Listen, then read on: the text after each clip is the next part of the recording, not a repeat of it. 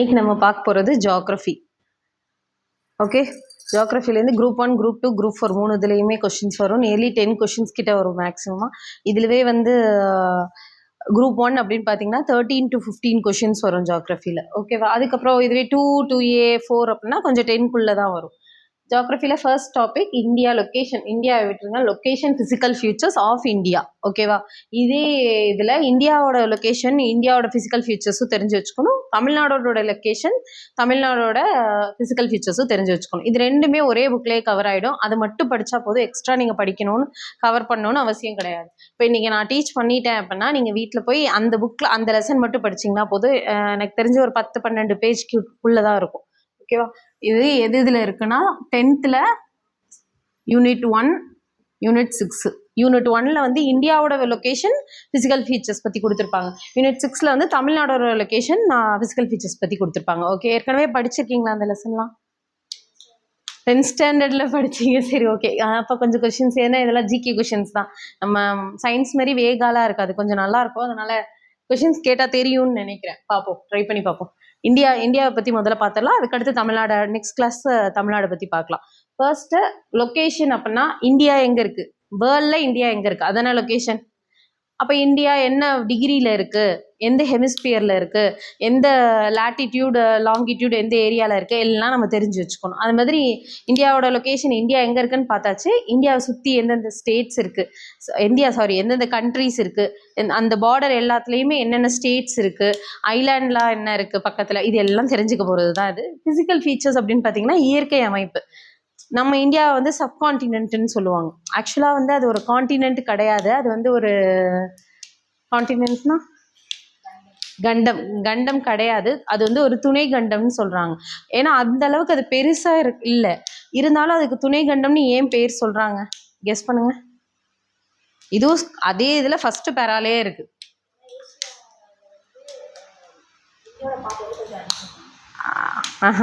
ஏஷியாவில் வந்து இந்தியாவை விட சைனாவோட பார்ட் தானே அதிகமாக இருக்குது.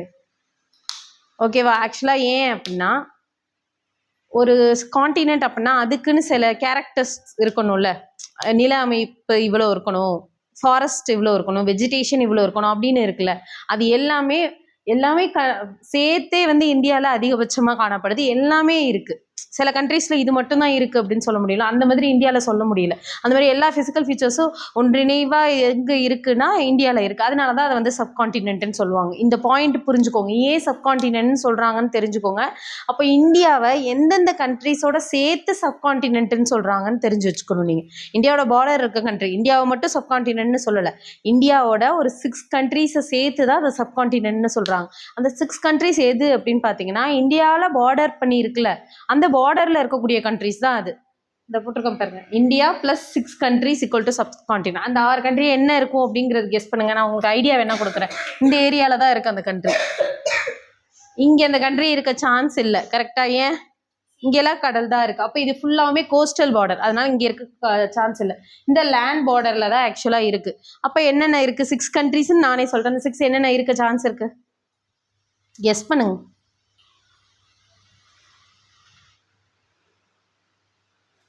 சரி, இங்க என்ன இருக்கும்? இங்க என்ன இருக்கும்? ஒரு கண்ட்ரியாச்சும் கெஸ் பண்ணுங்க. ஓகே, பாகிஸ்தான் அதெல்லாம் தெரியல. ஆப்கானிஸ்தான்லாம் பார்ப்போம். நான் ஆப்கானிஸ்தான் அந்த 6 கண்ட்ரீஸில் வராது. நான் இந்தியாவில் ஆப்கானிஸ்தானோட பார்டர் இருக்கும், பட் நீங்கள் அதை சேர்க்கக்கூடாது. ஏன் அப்படின்னு நான் சொல்கிறேன். Pakistan, Afghanistan, China, Nepal, Myanmar, Bangladesh plus இங்கே வந்து ஸ்ரீலங்கா இருக்கும். இங்கே கோஸ்டல் தான், ஆனால் இந்த இடத்துல வந்து கொஞ்சம் லேண்ட் பவுண்டரி அட்டாச் ஆகிருக்கு அப்படிங்கிறதுனால நம்ம ஸ்ரீலங்காவை அதில் எக்ஸ்ட்ரா எடுத்துக்கிறோம். புரியுதா? அப்போ அந்த 6 கண்ட்ரிஸ் என்னென்னா, 1 ஸ்ரீலங்கா, 2 பங்களாதேஷ், 3 மியான்மர், 4 பாகிஸ்தான், வேறு என்ன சொல்லலாம்? சைனா வராது. சைனாவும் ஆப்கானிஸ்தானும் வராது. ஓகே, அதை தெரிஞ்சு வச்சுக்கோங்க. நேபாள், இன்னும் ஒன்று பூட்டான், இன்னொன்று பூட்டான். ஓகே, அப்போ அந்த ஏன் சைனாவும் ஆப்கானிஸ்தானும் வராது அப்படின்னா, இப்போ நான் வந்து இது மாதிரி தான் நம்ம ஸ்கூல் புக் ஃபுல்லாகவுமே நம்ம வந்து மேப் பார்த்தீங்கன்னா இப்படி தான் இருக்குது. கரெக்டாக? பட் இதுக்கெல்லாம் வந்து இந்த எண்ட் வந்து இப்படி அழகாக தலை மாதிரி இருக்குல்ல, ஆனால் ஆக்சுவல் மேப்பில் வந்து இந்த மாதிரி இருக்காது. அந்த எண்ட் வந்து ஒன்றுமே இல்லாத மாதிரி இருக்கும், இப்படியே முடிஞ்சிடும். ஆக்சுவலாக ஜம்மு காஷ்மீரே இல்லாத மாதிரி இருக்கும். ஆனால் நம்ம சொல்லிட்டு இருக்கோம் ஜம்மு காஷ்மீர் இருக்குது அப்படின்னு. அதோட அதாவது ஃபுல் லேண்ட் ஏரியா வந்து இந்தியாவுக்கு சொந்தமானது கிடையாது அப்படிங்கிற மனநிலையில் அவங்க வந்து மேப் வந்து அவங்க வரைஞ்சிருக்காங்க. ஓகேவா? அப்போ என்ன ப்ராப்ளம் ஆயிடுச்சு அப்படின்னு பார்த்தீங்கன்னா, இந்த இடத்துல இந்த ப்ளூ கலர் லைன் போட்டிருக்கேன்ல, இந்த எண்டை வந்து பாகிஸ்தான் எடுத்துச்சு. பாகிஸ்தான் ஆக்குபை பண்ணிடுச்சு. அதனால தான் இதை பிஓகேன்னு சொல்லுவாங்க. இது என்ன ஏரியான்னு சொன்ன இந்த ஏரியா? ஜம்மு காஷ்மீர். ஓகேவா? பாகிஸ்தான் ஆக்குபை காஷ்மீர், அதனால தான் பிஓகேன்னு சொல்கிறாங்க. Pakistan occupied Kashmir. Okay, next இந்த சைடு அவங்க ஆக்குபை பண்ணிட்டாங்க. அப்போ ரைட் சைடில் யார் ஆக்குபை பண்ணியிருக்காங்கன்னா, இங்கே தான் இந்தியாவை விட பெரிய கண்ட்ரி ஒன்று இருக்குன்னு சொன்னால, என்னது? சைனா. அப்போ சைனா என்ன பண்ணிடுச்சு? இந்த ஏரியாவை சைனா ஆக்குபை பண்ணிடுச்சு. ஆக்குபை பண்ணி இந்த ஏரியாவை என்னன்னு பேர் வச்சிருக்காங்கன்னா அக்ஷய் சின் அப்படின்னு சொல்லி பேர் வச்சிருக்காங்க. அக்ஷய் சின். ஓகேவா? இது ஞாபகம் வச்சுக்கோங்க. இதெல்லாம் புக்ஸில் இந்த பாயிண்ட்லாம் மட்டும் புக்கில் இருக்காது. அக்ஷய் சின் தெரிஞ்சு வச்சுக்கோங்க. இது மாதிரி பேர் வச்சிருக்காங்க. இன்னொன்று, இதுக்கு இன்னொரு லைன் இருக்கு. அதாவது இந்த பார்டருக்கும் இந்த பார்டருக்கும் இன்னொரு நேம் இருக்கு. ஓகேவா? அந்த ஏரியா பேர் தெரிஞ்சுக்கோங்க. பாகிஸ்தான் ஆக்குபைட் காஷ்மீர், அக்ஷய் சின். இந்தியாவுக்கும் அந்த ஏரியாவுக்கும் நடுவில் ஒரு பார்டர் இருக்குல்ல, அந்த பார்டருக்கு அந்த சைடு உள்ளது அவங்களோடது, இந்த பார்டருக்கு இந்த சைடு உள்ளது சைனாவோடதுன்னு அவங்க சொல்லிட்டு இருக்காங்க, டிபேட் பண்றாங்களா. அப்ப அந்த பார்டருக்கு 2 பேர் இருக்கு. இந்த பார்டரை வந்து எல்ஓசின்னு சொல்லுவாங்க, இந்த பார்டரை வந்து எல்ஏசின்னு சொல்லுவாங்க. இப்போ எல்ஓசினா என்ன, எல்ஏசினா என்னன்னு நீங்கள் தெரிஞ்சு வச்சுக்கணும். எல்ஓசி அப்படின்னா லைன் ஆஃப் கண்ட்ரோல் அப்படின்னு அர்த்தம். எல்ஏசி அப்படின்னா லைன் ஆஃப் ஆக்சுவல் கண்ட்ரோல் அப்படின்னு அர்த்தம். அப்போ லைன் ஆஃப் ஆக்சுவல் கண்ட்ரோல் பாகிஸ்தானோட சம்மந்தப்பட்டதா இல்லை சைனாவோட சம்மந்தப்பட்டதா? அவ்வளோதான். இது மட்டும் தெரிஞ்சு வச்சுக்கோங்க. இப்போ ஈஸியாக இருக்கும், அப்போ கரெக்டாக புரிஞ்சு வச்சுக்கணும். ஓகேவா? ஆக்சுவலாக சைனா வச்சிருக்கு, அதனால அவன் வந்து ஆக்சுவல் கண்ட்ரோல்னு வச்சிருக்கான். அப்படி மெமரி பண்ணிக்கோங்க. அவ்வளோதான். இந்த பார்டர் ஓகே தானே? அந்த 2 பார்டர் ஓகே தானே? இப்போ இந்தியாவை ஏன் சப்கான்டினென்ட்னு சொல்கிறாங்கன்னு புரியுதா? இந்தியாவோட எவ்வளோ கண்ட்ரிஸை சேர்த்து இந்தியாவை சப்கான்டினென்ட்னு சொல்கிறாங்க. அந்த 6 கண்ட்ரிஸ் என்னென்ன? ஆப்கானிஸ்தான் வரக்கூடாது. ஏதோ அவங்க தான் போயிட்டாங்கல்ல. சைனாவும் வராது, அவங்களும் போயிட்டாங்க.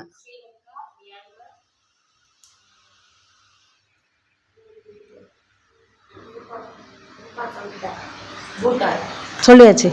பங்களாதேஷ். ஓகே, அந்த 6 கண்ட்ரிஸ் சேர்த்து தான் இந்தியாவை வந்து சப்கான்டினென்ட்னு சொல்கிறாங்க. இந்த பாயிண்ட் இங்கே வந்துட்டு ஃபர்ஸ்ட்லேருந்து இப்போ திருப்பி ஸ்டார்ட் பண்ணலாம். ஓகே, இந்தியா வந்து எந்த ஹெமிஸ்பியரில் இருக்குன்னு சொல்கிறாங்க? அது நான் எழுதியிருக்கேன், அப்படியே பார்த்து சொல்லிடுங்க. இதான் நம்ம ஏர்த் அப்படின்னா இப்படி பிரிச்சுக்கிட்டிங்கன்னா அதை எதை வச்சு பிரிக்கிறாங்க?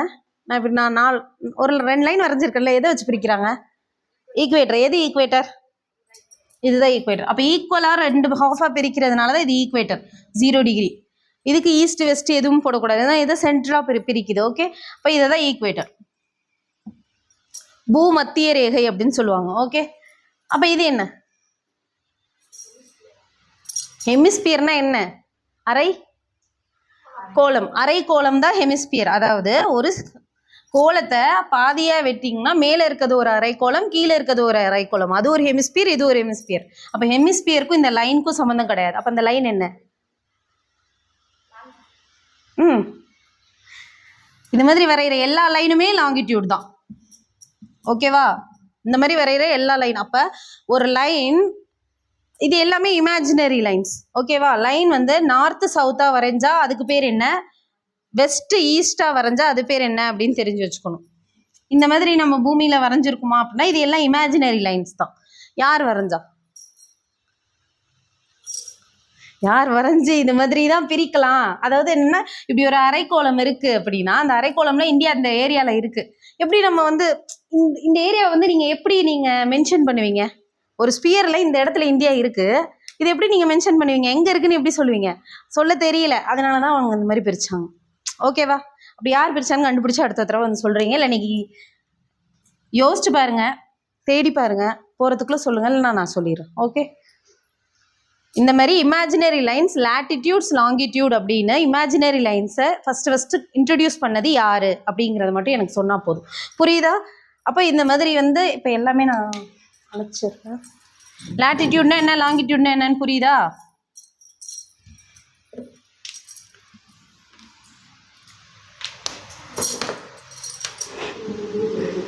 ஐயோ,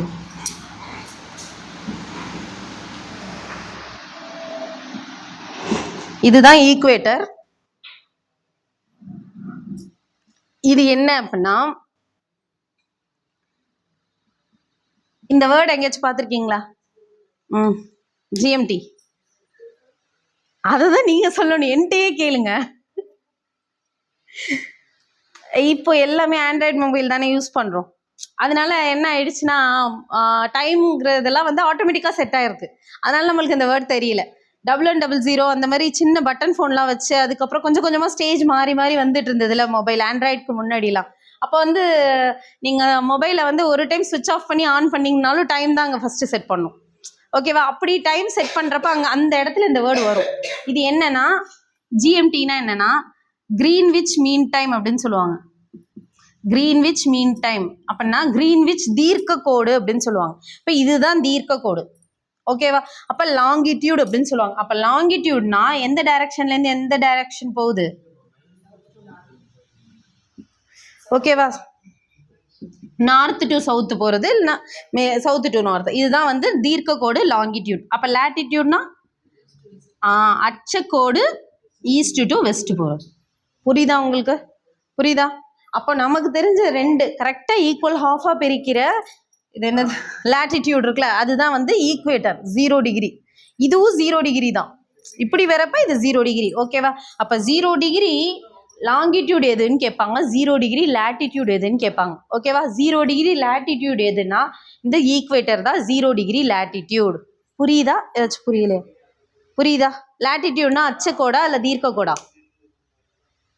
அச்சக்கோடு. லாங்கிடியூட்னா தான் தீர்க்க கோடு. லாட்டிடியூட்னா அச்சரேகை அப்படின்னு சொல்லுவாங்கப்பா. ஓகேவா? தமிழ்ல பாத்தீங்கன்னா அச்சரேகை தீர்க்க ரேகைன்னு சொல்லுவாங்க. அச்சரேகைனா இப்படி வரைகிறது, வெஸ்ட் ஈஸ்டா வரைகிறது. தீர்க்க கோடுனா இப்படி வரைகிறது. 0 டிகிரி லாட்டிடியூடுக்கு இன்னொரு பேரு ஈக்குவேட்டர், பூமத்திய ரேகை. 0 டிகிரி தீர்க்க கோடுக்கு இன்னொரு பேர் வந்து, லாங்கிடியூட்க்கு இன்னொரு பேர் வந்து கிரீன்விச் மீன் டைம். ஓகேவா? என்ன அப்படி என்ன கிரீன்விச் மீன் டைம்னா என்ன? ஏன் இந்த இவ்வளோ 0 டிகிரிக்கு நம்ம ஈக்குவேட்டர்னு படிச்சோம்னா அதுக்கும் ஈக்குவேட்டர் தான் படிக்கணும்.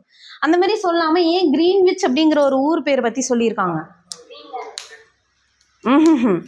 கொஞ்சம் நெருக்கமா வந்துட்டீங்க. ஆக்சுவலா நம்ம மேப் பாத்தீங்கன்னா வேர்ல்ட் மேப் இருக்குல்ல, அதுல கிரீன்லாண்டுங்கிறது தனி ஐலாண்ட், அதை இதுல சேர்க்கக்கூடாது. அதான் இருக்கிறதுல லார்ஜஸ்ட் ஐலாண்ட். தெரிஞ்சுக்கோங்க, கிரீன்லாண்டுங்கிறது லார்ஜஸ்ட் ஐலாண்ட். லண்டன் இருக்குல்ல, லண்டன் பிரிட்டன் பார்ட் இருக்குல்ல, அந்த லண்டன்ல கிரீன்விச் அப்படின்னு ஒரு லேப் இருக்கு. அந்த லேப் வழியாக தான் இந்த கரெக்டாக 0 டிகிரி லாங்கிடியூட் வந்து கிராஸ் ஆகுது. அதனால தான் அது கிரீன்விச் மீன் டைம்னு சொல்றாங்க. புரியுதா? கிரீன்விச் தீர்க்க கோடுன்னு சொல்றாங்க. இப்போ புரியுதா உங்களுக்கு? இதுக்கு பேக் சைடில், அதாவது என்னன்னா இப்படி பேக் சைடில் ஒரு ஸ்பியர்னு வச்சுக்கோங்களேன். இந்த சைட்லேருந்து பேக் சைட் போனாலும் 360 டிகிரி தான். இதுக்கு பேக் சைடில் இருக்க லைனை என்ன லைன்னு சொல்லுவாங்கன்னு கேட்பாங்க. புரியுதா? இதை 0 டிகிரி லாங்கிடியூட்னு சொல்லுவாங்களா? கரெக்டா? 0 டிகிரி லாட்டிடியூடுக்கு இன்னொரு பேர் என்ன? ஈக்குவேட்டர். 0 டிகிரி லாங்கிடியூடுக்கு இன்னொரு பேர் என்ன? Greenwich mean time. அப்போ 0 டிகிரிக்கு பேக் சைடில் ஒரு 360 டிகிரி வரும்ல, அந்த 360 டிகிரி லாங்கிடியூடுக்கு ஒரு பேர் இருக்கு, 0 டிகிரி லாங்கிடியூடுக்கு இன்னொரு பேர் இருக்கு.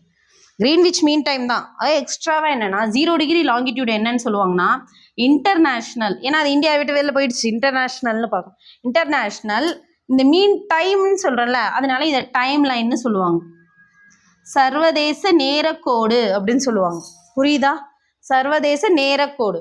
அப்ப 360 டிகிரி லாங்கிடியூட் என்னன்னு சொல்லுவாங்கன்னா சர்வதேச தேதி கோடுன்னு சொல்லுவாங்க. இன்டர்நேஷனல் டேட் லைன்னு சொல்லுவாங்க. Date line. இது பின்பக்கம். ஆமா, 360 டிகிரிய. புரியுதா? International date line. ஏன் அதை இன்டர்நேஷனல் டேட் லைன்னு சொல்றாங்கன்னா, இப்போ நம்ம வந்து இந்த நம்ம சன் ரே வந்து ஃபர்ஸ்ட் சன் ரைசஸ் இந்த ஈஸ்ட்னு படிச்சிருக்கோம். கரெக்டா? அப்போ சன் ரேஸ் வந்து முதல்ல எந்த பக்கம், இப்போ இதுதான் வந்து நம்ம பூமி வேர்ல்டு அப்படின்னா ஃபர்ஸ்ட் இந்த பக்கம் சன் ரேஸ் விழுமா இல்லை இந்த சைடு சன் ரேஸ் விழுமா? ஈஸ்ட் சைடு தான் விழும். அப்போ இந்தியாவுக்கு தானே ஃபர்ஸ்ட். இப்போ லண்டன் தான் இந்த பார்ட்டுன்னு வச்சுக்கோங்க. இங்கே லண்டன் இருக்கு, இந்தியா இங்கே இருக்கு அப்படின்னா ஃபர்ஸ்ட் எங்க சன்ரைஸ் விழும்? East side. அப்போ இந்தியாவுக்கு தான் ஃபர்ஸ்ட் சன்ரைஸ் விழும். கரெக்டா? புரியுதா? அப்போ முதல்ல இப்போ இன்னைக்கு என்ன டேட்டு? 13 February. ஓகேவா? இந்த டைம் என்ன? 11:10. ஓகேவா? இதே 11:10 இங்கே இருக்குமா? இப்போ பார்க்குறது வந்து நம்ம இந்தியாவில் இருந்துட்டு நம்ம பார்க்குறோம். அப்போ நம்ம பார்க்குற டைம் வந்து நம்ம கிளாக்ல வர டைம் வந்து இந்தியாவோட டைம். இந்தியாவோட டைம் வந்து இந்த கிரீன்விச் மீன் டைம் விட 5 மணி நேரம் எக்ஸ்ட்ரா அடிஷ்னலாக இருக்கும், கொஞ்சம் முன்னக்க இருக்கும். ஓகேவா? புரியுதா உங்களுக்கு இந்த இது? அதனால தான் நான் சொன்னேன்ல, அந்த மொபைலில் ஜிஎம்டின்னு ஒரு வேர்டு வரும் அப்படின்னு. அதில் என்ன வரும்னா ஜிஎம்டி ப்ளஸ் 5:30 hours அப்படின்னு சொல்லிட்டு நம்ம பார்த்துருப்போம். ஆக்சுவலாக அந்த மொபைல் யூஸ் பண்ணவங்களுக்கு அது தெரியும், ஜிஎம்டி ப்ளஸ் 5:30 hours அப்படின்னு. அப்போ நமக்கு புரியாது, படிக்கிறப்ப தான் அது புரிஞ்சிச்சு. என்னன்னா ஜிஎம்டி அப்படின்னா இந்த லைனில் சன்ரேஸ் பாஸ் பண்ணுறப்ப என்ன டைம் இருந்ததோ அந்த டைமை விட 5.5 மணி நேரம் அதிகமாக இருக்கும் இந்தியாவில். புரியுதா? இது இந்தியாவுக்கு மட்டும்தான் நான் சொல்கிறேன். இப்போ பாருங்க, இப்போ 11:10 ஆகுது. இப்போ இந்த ஏரியாவில் என்ன டைம் இருக்கும்?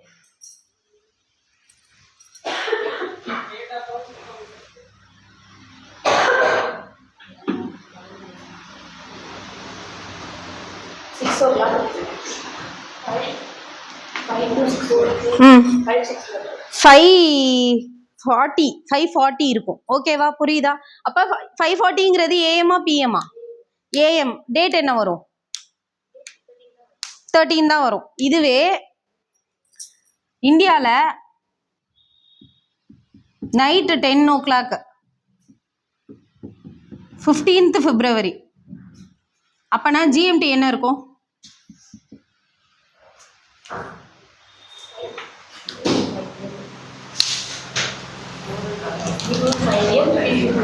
5 எனக்கு குத்துமதிப்பா சொல்றீங்களோ?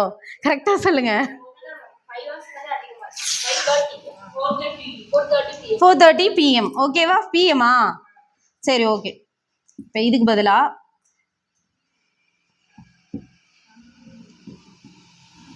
இப்போ சொல்லுங்க.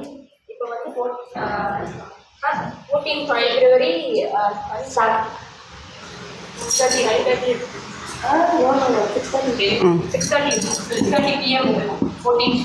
அவ்வளோதாம்மா. புரியுதா? இப்போ ஏன் இந்த டேட் மாறுது இந்த இடத்துல?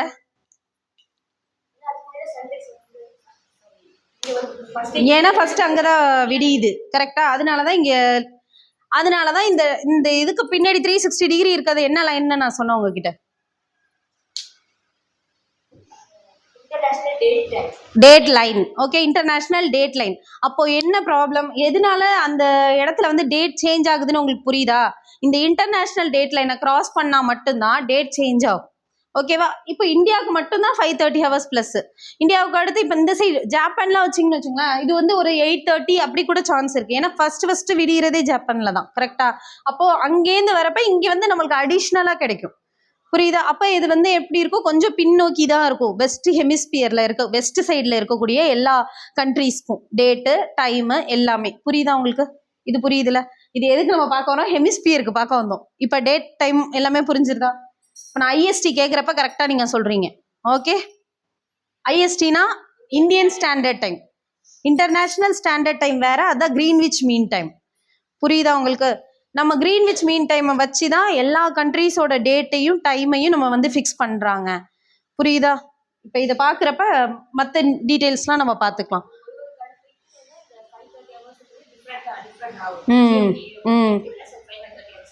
இதுவே அமெரிக்காவுக்குலாம், நார்த் அமெரிக்கா, சவுத் அமெரிக்காவுக்குலாம் என்ன ஆக சான்ஸ் இருக்கு? நான் ஹவர்ஸோட டைமை கேட்கல, ப்ளஸ் மைனஸ் இருக்குல்ல, அதில் என்ன ஆக சான்ஸ் இருக்கு? அமெரிக்கா இங்கே இருக்குமா?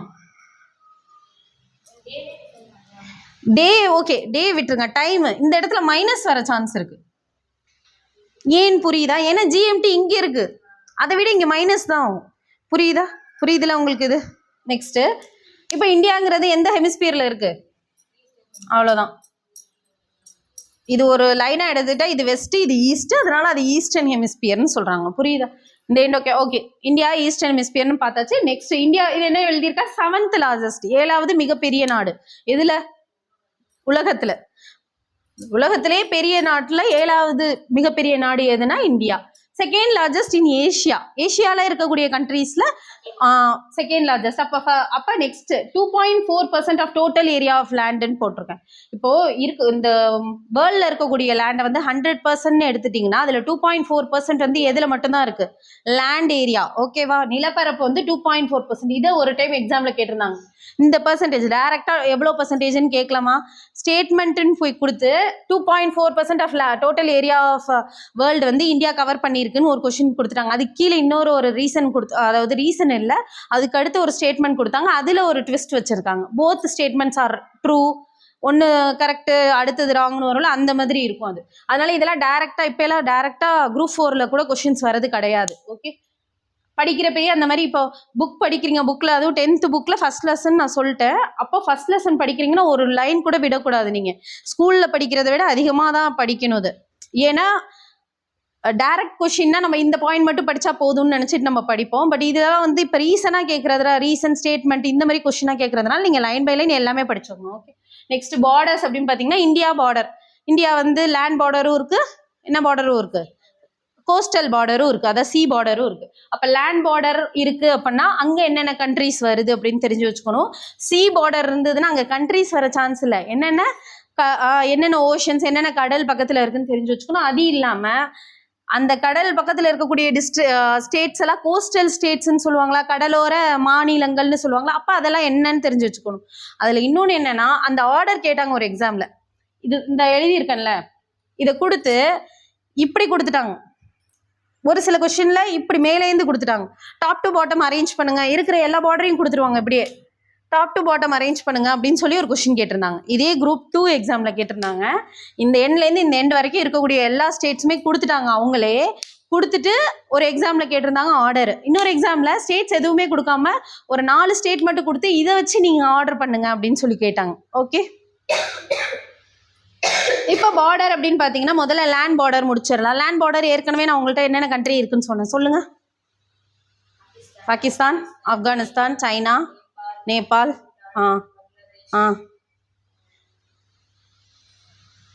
அவ்வளோதான். ஸ்ரீலங்கா அதில் சேர்க்கக்கூடாது, ஏன்னா அது லேண்ட் பார்டரில் வராது. புரியுதா?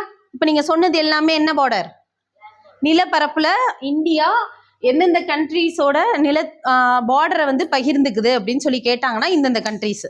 இதில் இதை டைரெக்டாக கேட்கவே மாட்டாங்க. இதெல்லாம் ரொம்ப பழைய கொஸ்டின், அதனால் கேட்க மாட்டாங்க. என்ன கேட்க சான்ஸ் இருக்குன்னா, அதிகபட்சமான பார்டர் எந்த கண்ட்ரியோட ஷேர் பண்ணுது, ரொம்ப கம்மியான பார்டர் எந்த கண்ட்ரியோட ஷேர் பண்ணுதுன்னு தெரிஞ்சு வச்சுக்கணும். ஓகேவா? நானே எழுதிட்டேன். இங்கே பாருங்க, பாகிஸ்தான், ஆப்கானிஸ்தான் சொல்லிட்டீங்க, சைனா, நேபாள், பூட்டான் சொல்லிட்டீங்க, பங்களாதேஷ், மியான்மர் சொல்லிட்டீங்க. மொத்தமாக வந்து 7 இருக்கா? ஓகே, 7 கண்ட்ரிஸோட இந்தியா வந்து லேண்ட் பார்டரை வந்து ஷேர் பண்ணுது. Very good. இப்போது பாகிஸ்தான், ஆப்கானிஸ்தான் இந்த சைடு இருக்கா? அப்போது இந்தியாவுக்கு நார்த்து வெஸ்ட் சைடில் இருக்குது. ஓகே, வடமேற்கு பகுதி எல்லையை எந்தெந்த ஸ்டேட்ஸ் வருது, எந்தெந்த கண்ட்ரிஸ் வருதுன்னா பாகிஸ்தான், ஆப்கானிஸ்தான் எழுதணும். ஓகே, நெக்ஸ்ட்டு வடக்கு எல்லையை வந்து எது எது கவர் பண்ணுது அப்படின்னா சைனா, நேபாள், பூட்டான் அப்படியே லைனாக வந்துடும். ஓகே, நெக்ஸ்ட்டு பங்களாதேஷ், மியான்மர் வந்து கிழக்கு எல்லையை பகிர்ந்துக்குது.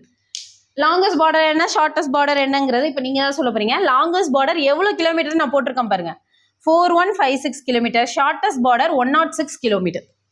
ஓகே, லாங்கஸ்ட் பார்டர் வந்து 4156 கிலோமீட்டர், ஷார்ட்டஸ்ட் பார்டர் 106. இதையும் தெரிஞ்சு வச்சுக்கணும் நீங்கள். அப்போ இது என்ன, அது என்ன அப்படிங்கிறத தான் நீங்கள் சொல்லணும். ஓகே, பாகிஸ்தான் இவ்வளோ தூரம் இருக்கும்ப்பா, ஆப்கானிஸ்தான் இங்கே இருக்கும், சைனா இவ்வளோ பெருசு இருக்கும், நேபாள், பூட்டான் இதெல்லாம் இருக்கும். இது இங்கே பார்க்க சின்னதாக இருக்கும், பட் லைன் வந்து இது ரொம்ப பெரிய பார்டர். இதுதான் இருக்கிறதுல பெரிய பார்டர். அப்போ அது என்ன? பங்களாதேஷ். ஓகேவா? இதுதான் லாங்கஸ்ட் பார்டர். பங்களாதேஷ் தான் லாங்கஸ்ட் பார்டர். பார்க்க சின்னதாக தான் இருக்கும். இதே மாதிரி தான் ட்விஸ்ட் வைப்பாங்க. இங்கே இருக்கிறது இது பார்க்க சின்னதாக இருக்கும், பட் அதிகமான கோஸ்டல் பவுண்டரியை ஷேர் பண்ணுறது எந்த ஸ்டேட்னா குஜராத் தான். நம்ம தமிழ்நாட்டிலலாம் அதிகபட்சமான ரொம்ப பெருசாக 3 கடற்கரை வேற இருக்கும். நம்ம தமிழ்நாட்டிலாம் பார்த்தீங்கன்னா இந்த எண்ட்லேருந்து இந்த எண்டு வரைக்கும் இருக்கும். அப்போ இருக்கிறதுலே தமிழ்நாட்டோட கோஸ்டல் பவுண்டரி தான் பெருசுன்னு நம்ம நினச்சிட்டு இருப்போம். ஆனால் அது கிடையாது. இந்த குஜராத் வந்து அந்த கல்ஃப் ஆஃப் கட்ச் அப்படின்னு சொல்லிட்டு அந்த வளைவாக இருக்குல்ல, அதனால அதோட பார்டர் வந்து ரொம்ப பெருசாக இருக்கும். ஓகே, இப்போ லேண்ட் பார்டரில் லாங்கஸ்ட் பார்டர் வந்து பங்களாதேஷ், ஷார்ட்டஸ்ட் பார்டர் வந்து ஆப்கானிஸ்தான். கோஸ்டல் பார்டரில் லாங்கஸ்ட் பார்டர் எது? குஜராத். செகண்ட் லாங்கஸ்ட்னு சொல்லுவாங்க. குஜராத் ஆப்ஷனில் இல்லை. நீங்கள் அன்றைக்கி கேட்டிங்கல்ல, அந்த மாதிரி வந்து கொஷின்ஸ் என்ன பண்ணிடுவாங்கன்னா, 4 ஆப்ஷன்ஸில் குஜராத் இல்லைன்னா, குஜராத் தானே ஆக்சுவலாக லாங்கஸ்ட் பார்டர், ஏன் இல்லை தப்பாக இருக்கும்னு நினச்சிக்க கூடாது. டிஎன்பிஎஸ்சி இப்போ என்ன பண்ண ஆரம்பிச்சிட்டாங்கன்னா, கொடுத்துருக்க 4 ஆப்ஷனில் தான் எது லாங்கஸ்ட்டுன்னு கேட்பாங்க. அப்போ ஃபஸ்ட்டு 3 லாங்கஸ்ட் எது, லாஸ்ட் 3 ஷார்ட்டஸ்ட் எதுன்னு நீங்கள் தெரிஞ்சு வச்சுக்கோங்க. First longest Gujarat, second longest Tamil Nadu. தெரிஞ்சு வச்சுக்கோங்க. செகண்ட் லாங்கஸ்ட் எது? தமிழ்நாடு. நெக்ஸ்ட்டு இது லாங்கஸ்ட்டு. அந்த மாதிரி ஷார்ட்டஸ்ட் எது ஒன்று தான் எனக்கு தெரியும், அதை மட்டும் நான் சொல்கிறேன். கோஸ்டல் பார்டரில் ஷார்ட்டஸ்ட் பார்டர் எது கவர் பண்ணியிருக்குன்னா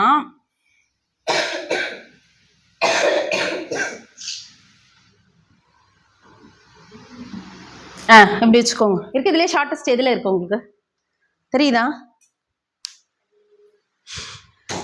சின்னதாக இருக்கும் கோவா. ஓகேவா? அப்போ ஷார்ட்டஸ்ட் பார்டர் எது? Coastal border Goa. ஓகேவா? அப்போ ஷார்ட்டஸ்ட் கோஸ்டல் பார்டர் வந்து கோவா, லாங்கஸ்ட் கோஸ்டல் பார்டர் வந்து குஜராத். புரியுதா? இப்போ நான் கேட்குறேன், சொல்லுங்க. லாங்கஸ்ட் லேண்ட் பார்டர் எது? பங்களாதேஷ். எவ்வளோ? ஓகேவா? 4156 கிலோமீட்டர். ஷார்ட்டஸ்ட் பார்டர் எது? Land border Afghanistan. எவ்வளோ? 106 kilometre. Okay. Shortest coastal border எது? கோவா. லாங்கஸ்ட் கோஸ்டல் பார்டர் எது? குஜராத். இது மட்டும் தெரிஞ்சு வச்சுக்கோங்க. அது ஓகே தானே உங்களுக்கு? அப்போ டோட்டலாக லேண்ட் ஏரியா இந்த எண்டில் ஆரம்பிச்சு இந்த எண்டு வரைக்கும் இருக்கா? ஓகே. இங்கேயும் இருக்கு, இங்கேயும் வரும். ஓகேவா? நம்மளால மென்ஷன் பண்ண முடியாது அந்த இடத்துல, அதனால தான் நான் மென்ஷன் பண்ணல. ஏன்னா இந்த இடம் வரைக்கும் நம்ம சொல்ல முடியாது, இது வரைக்குமே இருக்கு. அப்போ இந்த ஏரியா எல்லாமே சேர்த்து தான் சொல்றாங்க.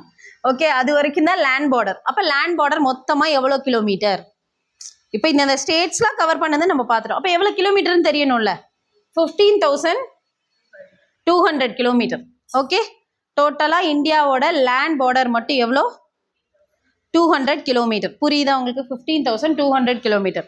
கோஸ்டல் பார்டர் எவ்வளோ அப்படின்னு பார்த்தீங்கன்னா 6,000. வேர்டை நல்லா புரிஞ்சுக்கோங்க. கடலோர எல்லை எவ்வளோனா 6,100 கிலோமீட்டர். கடலோர மாவட்டங்கள் இருக்குல்ல, இந்த மாவட்டங்கள் இருக்குல்ல, அதே மாதிரி கடலோர இந்த இடத்துல எல்லாம் சில டாட்ஸ்லாம் வச்சிருக்கேன்ல, அது என்னது? எக்ஸ்ட்ரா கையில் இருக்குன்னு வச்சேனா? இல்லை, இதெல்லாம் வந்து ஐலாண்ட்ஸ். கரெக்டா? அப்போ இந்த ஐலாண்ட்ஸ்லாம் இருக்குல்ல, இந்த ஐலாண்ட்ஸ் சுற்றி இருக்கிறதும் வந்து கோஸ்டல் பார்டர் தான். ஏன்னா இந்த ஐலாண்ட்ஸ் எல்லாமே யாரோடது? இந்தியாவோடது. ஓகேவா? அப்போ இந்தியா சப்கான்டினென்ட் வந்ததுன்னா, இந்தியா வந்து ஒரு துணை கண்டம் அப்படின்னு சொன்னீங்கன்னா இந்த ஐலாண்ட்லாம் நீங்கள் சொல்லி தான் ஆகணும். இது என்ன ஐலாண்ட், இது என்ன ஐலாண்ட்?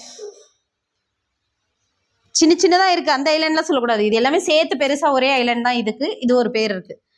அந்தமான் அண்ட் நிக்கோபார் கேள்விப்பட்டிருக்கீங்களா? இது அந்தமான் அண்ட் நிக்கோபார், இது லக்ஷதீப். ஓகேவா? இந்த 2 ஐலாண்டுமே சேர்ந்து தான் நம்மளுக்கு வந்து கோஸ்டல் பார்டர் வந்து கனெக்ட் பண்ணுவாங்க. புரியுதா? அப்போ ஜென்ரலாக கோஸ்டல் இந்தியாவோட கோஸ்டல் கடலோர எல்லை எவ்வளோ அப்படின்னா 6,100 கிலோமீட்டர். இந்த எல்லா ஐலாண்ட்ஸோட பார்டர் எல்லாமே சேர்த்து கணக்கு பண்ணாங்கன்னா 7,516.6 கிலோமீட்டர்.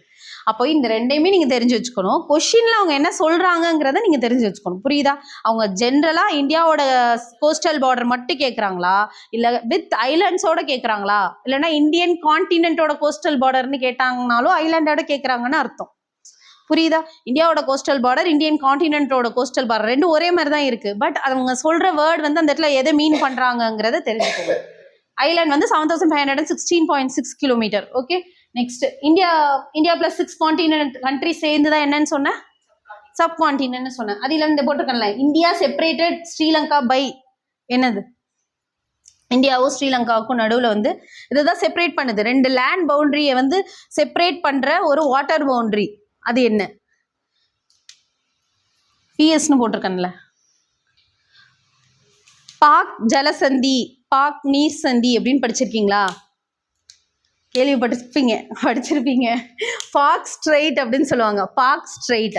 ஆக்சுவலாக ஸ்ட்ரெயிட்னா என்னன்னா STRAIT ஸ்ட்ரெயிட்டு. அது பேர் என்னன்னு சொல்லுவாங்கன்னா நீர் சந்தி இல்லைன்னா ஜலசந்தி அப்படின்னு சொல்லுவாங்க.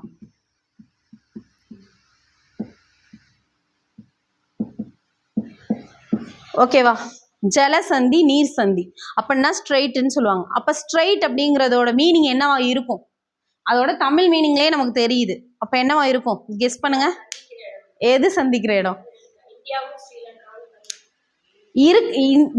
உலகத்துல இருக்கக்கூடிய எந்த இடத்துல இந்த ரெண்டு இடம் இந்த மாதிரி சந்திக்குதோ அந்த இடத்துல எல்லாம் நீர் சந்தின்னு சொல்லுவாங்க. 2 பெரிய நீர் பரப்பு சேர்ற இடத்த தான், சந்திக்கிற இடத்த தான் நீர் சந்தின்னு சொல்லுவாங்க. அப்ப இங்க எங்க நீர் பரப்பு இருக்கு? பெரிய கண்ட்ரிஸ் தான் இருக்கு, ரைட்? அப்ப எங்க நீர் பரப்பு இருக்கு? அவ்வளவுதான். ஓகேவா? இந்த இந்தியன் ஓஷன், இந்த இடத்துல இருக்க பே ஆஃப் பெங்கால், இந்த ரெண்டுமே சேர்ற இந்த பெரிய நீர்பரப்பு, இங்க இருக்கக்கூடிய பெரிய நீர்பரப்பு இணைகிற சந்திக்கிற இடத்த தான் நீர் சந்தி, ஜலசந்தி அப்படின்னு சொல்றாங்க. அந்த மாதிரி எங்கே பார்த்தீங்கன்னாலும் ஸ்ட்ரெயிட் பார்க்கலாம். பெர்ரிங் ஸ்ட்ரெயிட்னு ஒன்று பார்ப்பீங்க. பெர்ரிங் சீன்னு ஒரு சி இருக்குது. அந்த சி கிட்ட இதே மாதிரி ஒரு இடம் இருக்கும். அந்த இடத்துல பெர்ரிங் ஸ்ட்ரெயிட்னு நம்ம பார்ப்போம். ஓகேவா? அப்போ ஸ்ட்ரெயிட் அப்படிங்கிறது இந்தியாவுக்கும் ஸ்ரீலங்காவுக்கும் நடுவில் இருக்கிறது மட்டும் கிடையாது. அதுக்கு ஒரே ஒரு பேர். அது பேர் என்னன்னா பாக். PALK. ஓகே, அவ்வளோதான். அப்போ இந்தியாவுக்கும் ஸ்ரீலங்காவுக்கும் இருக்கக்கூடிய ஜலசந்திக்கு என்ன பேர்? பாக் ஸ்ட்ரெயிட். அதை தான் இங்கே எழுதணும். India separated Sri Lanka by Palk strait. இது வரைக்கும் ஓகேவா? இது வரைக்கும் உங்களுக்கு புரியுதா? ஃபுல்லாக முடிச்சதுக்கப்புறம் நீங்கள் லைனாக எழுதிக்கோங்க, நோட் பண்ணிக்கோங்க. Next IST. ISTனா என்னன்னு சொன்னேன்? GMTக்கு இன்னொரு பேர் என்ன? ஓகேவா? இன்டர்நேஷ்னல் டைம் லைன் இல்லைனா இன்டர்நேஷ்னல் ஸ்டாண்டர்ட் டைம்னு சொல்லுவாங்க. அது இன்டர்நேஷ்னல் ஸ்டாண்டர்ட் டைம். இது வந்து இந்தியன் ஸ்டாண்டர்ட் டைம். ஓகே, இந்த இந்தியன் ஸ்டாண்டர்ட் டைம் அப்படிங்கிறது இன்டர்நேஷ்னல் ஸ்டாண்டர்ட் டைமை விட எவ்வளோ இருக்கும்னு சொன்னேன்? அதிகமாக இருக்குமா கம்மியாக இருக்குமா? அவ்வளோதான். ஓகேவா? அதிகமாக தான் இருக்கும். இந்தியன் ஸ்டாண்டர்ட் டைம் அப்படிங்கிறது இன்டர்நேஷ்னல் ஸ்டாண்டர்ட் டைமை விட அதிகமாக இருக்கும் அப்படிங்கிறது இதுக்கு முன்னாடி பார்த்துட்டோம். இப்போ என்ன அப்படிங்கிறத நம்ம பார்ப்போம். இதெல்லாம் ஓகே தானே? உங்களுக்கு புரியுதுல?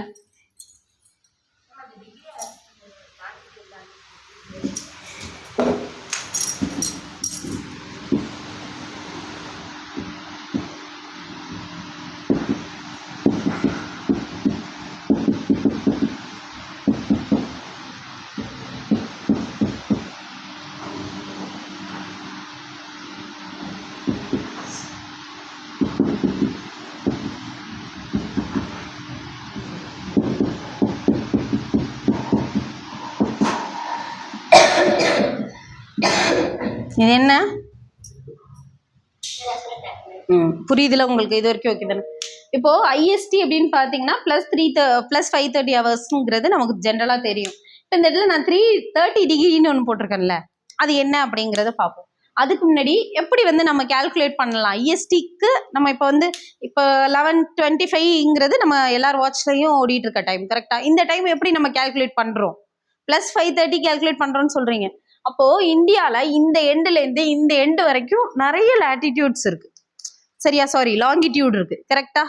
தீர்க்கக்கோடு இந்தியாவில் இந்த குஜராத்தோட எண்ட்லேருந்து இந்த அருணாச்சல் பிரதேஷ் எண்டு வரைக்கும் நீங்கள் எவ்வளோ லைன்ஸ் வேணாலும் வரைஞ்சிக்கலாம். அந்த லைன்ஸ் எல்லாமே லாங்கிடியூட்ஸ்ன்னு சொல்லுவாங்க. மேலேருந்து கீழே வரைஞ்சாலே அதை லாங்கிடியூட்ஸ்ன்னு சொல்லுவாங்க. அப்போது எல்லா லைன்லேயும் ஒவ்வொரு டைம் வந்து ஆக்சுவலாக சூரிய ஒளி வந்து விழும். கரெக்டாக? அப்போ எந்த டைமை வச்சு நீங்கள் பிரிச்சிங்க? ஏதோ ஒரு பாயிண்ட்ல விழுந்த சூரிய ஒளி எந்த டைம்ல விழுதோ அந்த டைமை வச்சு தான் நீங்கள் வந்து கால்குலேட் பண்ண முடியும் டைமை. அப்போ என்ன பண்ண ஆரம்பிச்சிட்டாங்கன்னா, இப்படி எக்கச்சக்கமா இருக்கு, இப்படி இருந்ததுன்னா நம்மளால டைமை கணிக்க முடியல. என்ன ஆயிடுச்சுன்னா, அந்த பிரிட்டிஷ் பீரியட்ல என்ன ஆயிடுச்சுன்னா, இந்த லார்ட் கர்சன், லார்ட் ரிப்பன் இந்த மாதிரி பீரியட்லாம் என்ன ஆச்சுன்னா, அவங்களுக்கு வந்து டைம் வந்து ஒவ்வொருத்தவங்க ஒவ்வொரு ஏரியாவில் தானே இருப்பாங்க. அப்படி இருக்கிறப்ப பெங்கால் தான் அவங்க அப்பையிலேருந்து ஃபர்ஸ்ட் வச்சிருந்தாங்க. அப்போ பெங்கால்ல இருந்தாங்க. அதுக்கப்புறம் கொஞ்சம் கொஞ்சமா அப்பையில வந்து பெங்கால், மெட்ராஸ், பாம்பே இந்த 3 ஏரியா தான் முக்கியமாக இருந்துச்சு. அது ஐஎன்எம்ல நீங்கள் பார்த்துருப்பீங்க. அப்போ இவங்க எல்லாமே வேற வேற டைரக்ஷன்ல இருக்கப்ப இவங்க சொல்ற டைமும் செட் ஆகல. அப்பெல்லாம் IST கிடையாது, செட் ஆகல. ஏன் அப்படின்னு பார்த்தீங்கன்னா, இந்தியாவுக்கு ஈஸ்ட் இதுவா இல்லை இதுவா? அதுதான் இந்தியாவோட ஈஸ்ட். இந்தியாவோட கிழக்கு பகுதி அதுதான். அப்போ கிழக்கு பகுதியில தானே ஃபர்ஸ்ட் சூரிய ஒளி வரும். அப்ப எங்க முதல்ல விடியும்? அருணாச்சல் பிரதேஷோட அந்த எண்டுல தான் விடியும். ரைட்டா? அப்ப அங்க விடிஞ்சதுன்னா இங்க இன்னும் இருட்டை எல்லாரும் தூங்கிட்டு தான் இருப்பாங்க. கரெக்டா? அப்படி இருக்கிறப்ப இந்த இடத்துல வந்து நீங்க 5 மணி ஆயிடுச்சு அப்படின்னா இங்க இப்பதான் வந்து ஒரு 2 மணியோ இல்லை நைட் 1 மணி ஆகிட்டு இருக்கும். அப்படி இருக்கப்ப நீங்க டைமை வந்து கரெக்டா ஃபிக்ஸ் பண்ண முடியாதுல்ல. அந்த கன்ஃபியூஷனை குறைக்கிறதுக்காக என்ன பண்ணாரு அப்படின்னா, லார்ட் கர்சன் படிச்சிருப்பீங்களா? இவரை எது ஸ்பெஷலா படிச்சிருக்கோம் நம்ம? ஐஎன்எம்ல தான். எதுல?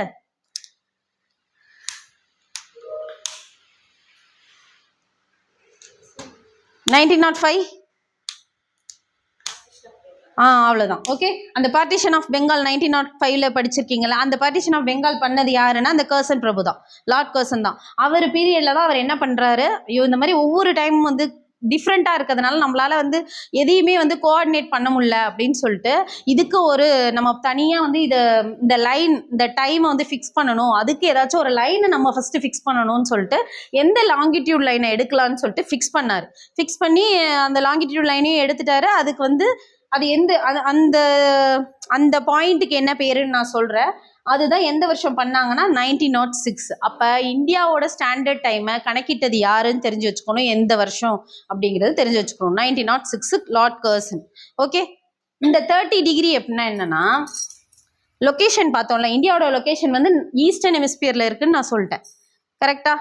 நார்த் ஈஸ்ட்ல ஆக்சுவலா இருக்கு. இது வந்து இந்த மாதிரி சொன்னா நார்த் ஈஸ்ட்ல நிறைய கண்ட்ரிஸ் இருக்குல்ல, எந்த கண்ட்ரி வந்து இப்போ இந்தியான்னு நம்ம சொல்ல முடியாதுல்ல. இங்கே தான் இருக்கு அப்படின்னா நார்த் ஈஸ்ட்ன்னு சொல்லியாச்சு. பட் இங்கே தான் ஆக்சுவலாக இருக்கு, இந்தியாவை தவிர வேற எந்த கண்ட்ரி இங்கே இருக்க சான்ஸ் இல்லை அப்படின்னு நம்ம நினைக்கணும்னா என்ன பண்ணாங்க, அதுக்கு தான் இந்த லாட்டிடியூட் லாங்கிடியூட் வரைஞ்சாங்கன்னு சொன்னேன். அப்போ இந்தியாவோட இந்த எண்டோட லெஃப்ட் லைன் என்ன, இங்கே என்ன, இது என்ன, இது என்னன்னு தெரிஞ்சுனா இது உள்ளதான் இந்தியா இருக்குன்னு நம்ம சொல்லிடலாமா? அப்போ இது லாட்டிடியூட். ஓகேவா? இந்தியாவோட லாட்டிடியூட் ஃபர்ஸ்ட் ஆரம்பிக்கிற இடம் இதுதான். இங்கேருந்து இது வரைக்கும் மேலேருந்து ஆரம்பிக்குதுன்னு நீங்க சொல்லக்கூடாது, கீழே. ஓகேவா? தென்கோடி முனை என்ன, தென்முனை. ஓகே, இந்தியாவோட தென்முனை எந்த அச்சரேகை, எந்த டிகிரி அச்சரேகையில இருக்குன்னா 8 டிகிரி 4 மினிட்ல இருக்கு. ஓகேவா? அது எந்தெந்த ஏரியால இருக்குங்கிறத அப்புறம் நான் சொல்லிக்கிறேன். நீங்க இந்த பாயிண்ட் எழுதுனதுக்கு அப்புறம் இப்படி போட்டுக்கோங்க, ஏன்னா எல்லாரும் இந்தியா மேப்பை வரைய முடியாது. ஓகே, இந்த மாதிரி போட்டுக்கிட்டீங்கன்னா இந்த மாதிரி போட்டுக்கோங்க. ஓகே, ஏன் இப்படி போட்டுக்க சொன்னா, நம்ம இந்தியாவோட தென்முனை எந்த அச்சரேகையில் இருக்குன்னு தெரியணும் நமக்கு.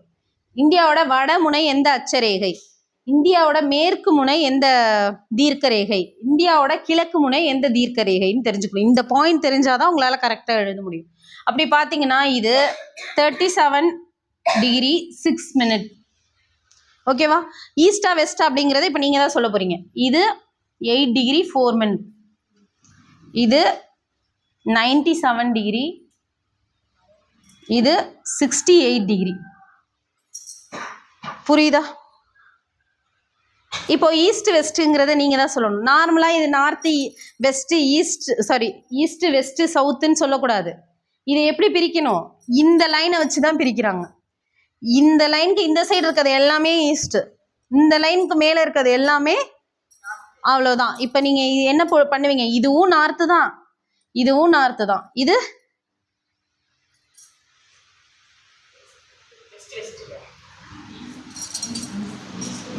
ஈஸ்ட்.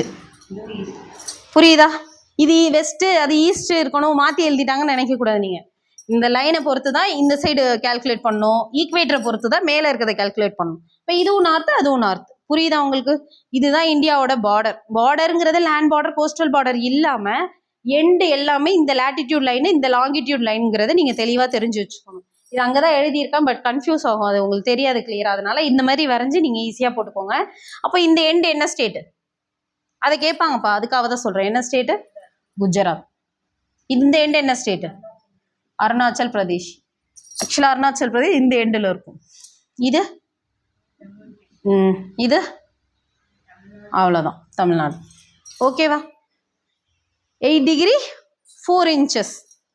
ஆனால் சில புக்கில் 6 டிகிரின்னு கொடுத்துருப்பாங்க. அது என்ன அப்படின்னா அது வேற, இது வேற. இப்போ இது என்ன அப்படின்னா இந்தியாவோட தென்முனை 8 டிகிரி 4 இன்ச்சஸ். ஓகே, இந்தியாவின் தென்கோடி முனை, தமிழ்நாடு இதில் வரக்கூடாது, இந்தியா கண்டத்தின் தென்கோடி முனைன்னு சொல்லுவாங்க. அப்படின்னா என்னன்னா இந்த இருக்குல்ல, இதுதானே 8 டிகிரி சொன்னேன், இதை விட கீழே இது போதா, இது என்னது, அது யாரோடது?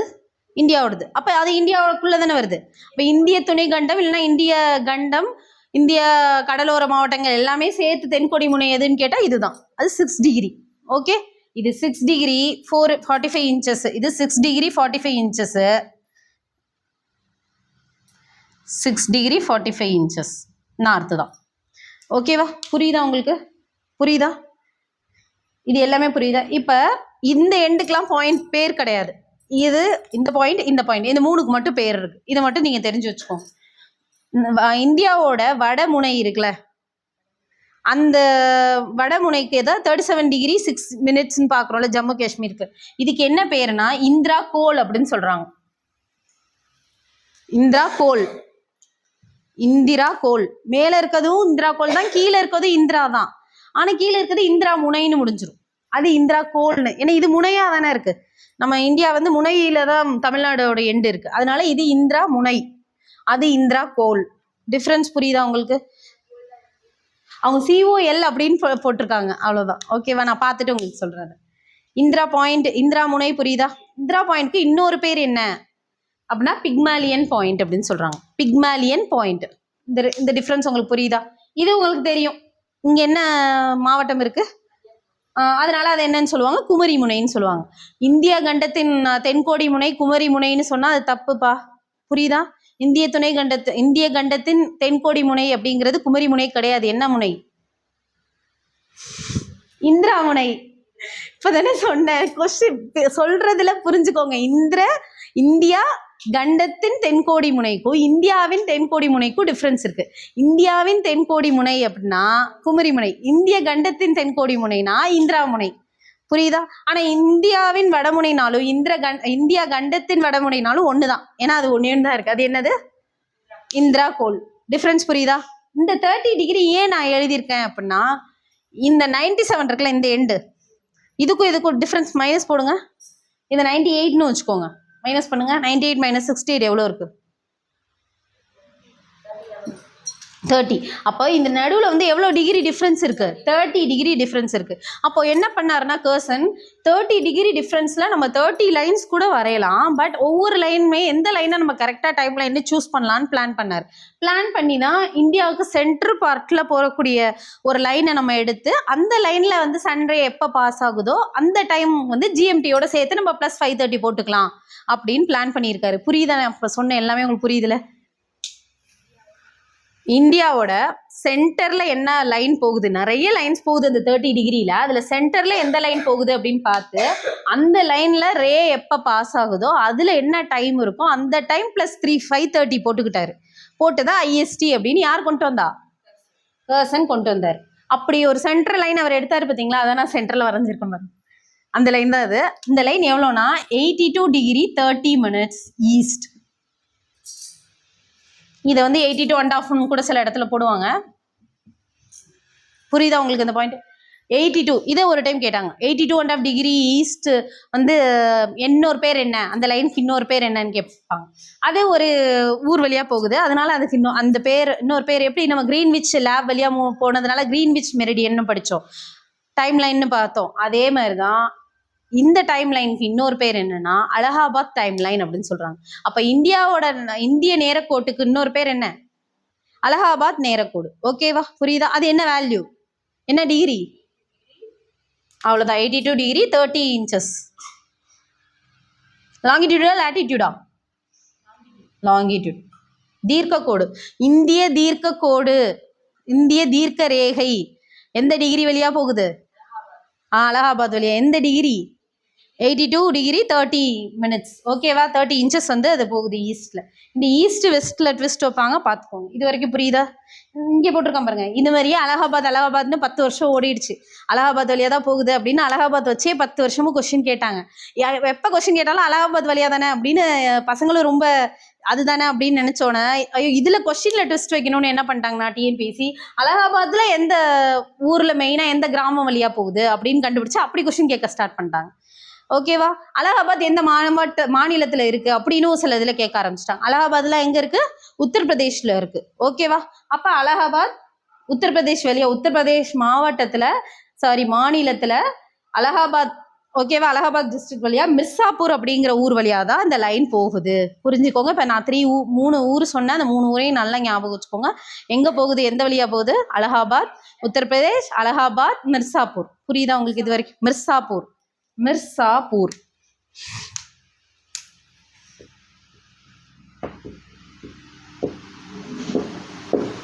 ஓகே, புரியுதா? நெக்ஸ்ட் அப்படி நம்ம ஓகே இது ஞாபகம் வச்சுக்கோங்க. நெக்ஸ்ட் இப்போ இந்தியா, இதுதான் இந்தியான்னு நான் வச்சிருக்கேன். ஓகேவா? இந்த எண்ணில் நான் வரைகிறேன். இதுதான் இந்தியான்னு வச்சுக்கோங்க. இப்படி இருக்க இந்தியாவை சம பங்கா பிரிக்கணும். இந்த சைடு 2 பிரிக்கணும், இப்படியும் நான் 2 பிரிக்க போறேன். ஓகே, பிரிச்சா ஒரு சென்டர் பாயிண்ட் கிடைக்கும் தெரியுமா? அந்த சென்டர் பாயிண்ட் எந்த ஊரை கிராஸ் பண்ணுதுன்னு கேட்பாங்க. அந்த சென்டர் பாயிண்ட் எந்த ஊர் கிராஸ் பண்ணுது அப்படின்னு கேட்பாங்க. மகாராஷ்டிரா, மத்திய பிரதேஷ் தான் கிராஸ் பண்ணுது. மத்திய பிரதேஷ்ல எந்த ஊர்? ஜான்சி. அப்படின்னு டைம் லைனை பேஸ் பண்ணி சொல்லியிருக்காங்க. ஆக்சுவலாக அப்படி தான் இந்தியாவோட கணக்கு அப்படி வச்சு பார்த்தீங்கன்னா அப்படி தான் பிரியுதுன்னு நம்ம கண்டுபிடிச்சிட்டோம். பட் என்ன சொல்கிறாங்கன்னா டைமை பொறுத்து சவுத்துலேருந்து சென்டரை நோக்கி ஒரு ட்ரெயின் போகுது, இல்லைனா ஒரு பஸ் போகுது, இல்லைனா நீங்களே போகிறீங்கன்னு வச்சிங்களேன், சவுத்துலேருந்து ஒருத்தவங்க வந்து நார்த்தை நோக்கி வராங்க, நார்த்துலேருந்து ஒருத்தவங்க சவுத் நோக்கி வராங்க. ஓகே, அந்த மாதிரி ஈஸ்ட்லேருந்து வெஸ்ட்டு, வெஸ்ட்லேருந்து ஈஸ்ட், இந்த மாதிரி 4 பேருமே வராங்க சென்டர் பார்ட்டுக்கு, டெல்லிக்கு வராங்க, சென்டர் பார்ட்டுக்கு வராங்கன்னு வச்சுக்கோங்க. அப்போது இந்தியாவோட சென்டருக்கு எல்லாரும் ஒரே ஸ்பீடில் ஒரே கிலோமீட்டர் ஸ்பீடில் வராங்க. அப்போ ஒரு இடத்துல மீட் பண்ணுவாங்க பார்த்தீங்களா, அதுதானே சென்டர் பாயிண்ட்டாக இருக்கும். அப்படி என்ன சென்டர் பாயிண்ட், டைமை பொறுத்து என்ன சென்டர் பாயிண்ட்னா அது நாக்பூர். ஆக்சுவல் சென்டர் அதுதான் நாக்பூர். அது மகாராஷ்டிராவில் இருக்குது, ஜான்சி மத்திய பிரதேஷில் இருக்குது. உத்தரப்பிரதேஷ் பார்த்துருக்கோம், மத்திய பிரதேஷ் பார்த்துருக்கோம், மகாராஷ்டிரா பார்த்துருக்கோம். உத்தரப்பிரதேஷில் மிர்சாப்பூர், அலகாபாத்தில் மிர்சாப்பூர். அது என்ன? லாங்கிடியூட் லைன், இந்தியாவோட லாங்கிடியூட் லைனான அலகாபாத் டைம் லைன். ஓகேவா, Indian time line, standard time line அது. நாக்பூர் என்ன பார்த்தீங்க? Actual centre of India. ஓகேவா, 4 சைட்லேருந்து நீங்கள் வந்தீங்கன்னா எந்த இடத்துல கரெக்டான ஸ்பீடில் வந்தீங்கன்னா எங்கே மீட் பண்ணுவீங்க? நாக்பூர், மகாராஷ்டிராவில். ஓகேவா, ஆனால் இந்த 2 டைம் லைனை வச்சு நீங்கள் பிரிச்சிங்கன்னா லாங்கிடியூட் இந்தியாவை வந்து ஒரு ட்ராபிக் ஆஃப் கேன்சர் பார்ப்பீங்கல்ல, ட்ராபிக் ஆஃப் கேன்சர் தான் இந்தியாவை பிரிக்கும்.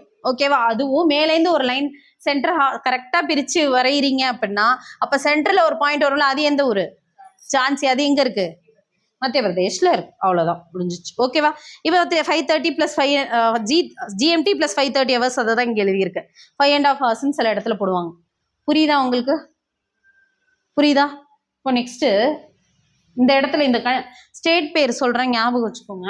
குஜராத், மகாராஷ்டிரா, கோவா, கர்நாடகா, கேரளா, தமிழ்நாடு, ஆந்திர பிரதேஷ், ஒரிசா, வெஸ்ட் பெங்கால். ஆர்டரை ஞாபகம் வச்சுக்கணும். எப்படி கேட்பாங்கன்னா வெஸ்டர்ன் கோஸ்டல் பார்டரை ஆர்டர் பண்ணுங்கள், அரேஞ்ச் பண்ணுங்கன்னு சொல்லுவாங்க. ஆனால் ஈஸ்டர்ன் கோஸ்டல் பார்டரை அரேஞ்ச் பண்ணுங்கன்னு சொல்லுவாங்க. கரெக்டாக எழுதிடுறீங்களா? புரியுதா? ஏதாச்சும் கன்ஃபியூஸ் ஆகுதா உங்களுக்கு? இருக்கிறத வச்சு எழுதுவீங்களா? டாப்லேருந்து எழுத ஆரம்பிச்சிங்கன்னா உங்களுக்கே புரியும். ஓகேவா, டைம் எடுத்தாலும் பரவாயில்ல, கிளியராக எழுதுங்க. இன்றைக்கி ஃபுல் கிளாஸ் முடிஞ்சோடனே அந்த 10th ஸ்டாண்டர்டில் எந்த லெசன் சொன்னது? First one. 6th ஒன் வந்து இப்போ முடிக்க முடியாது, ஏன்னா நம்ம இதுக்கு அடுத்து இப்போ தான் லொக்கேஷன் முடிச்சிருக்கோம். ஃபிசிக்கல் ஃபீச்சர்ஸ் அடுத்து பார்க்கணும். ஃபிசிக்கல் ஃபீச்சர்ஸ் முடிச்சிடலாம், இந்தியாவோடது மட்டும் தான் முடிக்க முடியும். தமிழ்நாடோட லொக்கேஷன், தமிழ்நாடோட ஃபிசிக்கல் ஃபீச்சர் அடுத்த கிளாஸ்க்கு நம்ம பார்ப்போம். அப்போ நீங்கள் என்ன பண்ணுங்கள், இன்றைக்கி போய் அந்த ஃபர்ஸ்ட் யூனிட்டில் இருக்கக்கூடிய லெசனை ஃபுல்லாக பாருங்கள். அப்போ தான் உங்களுக்கு கேட்கக்கூடிய கொஷின்ஸ் வந்து எப்படி இருக்குங்கிறது தெரியும். புரியுதா?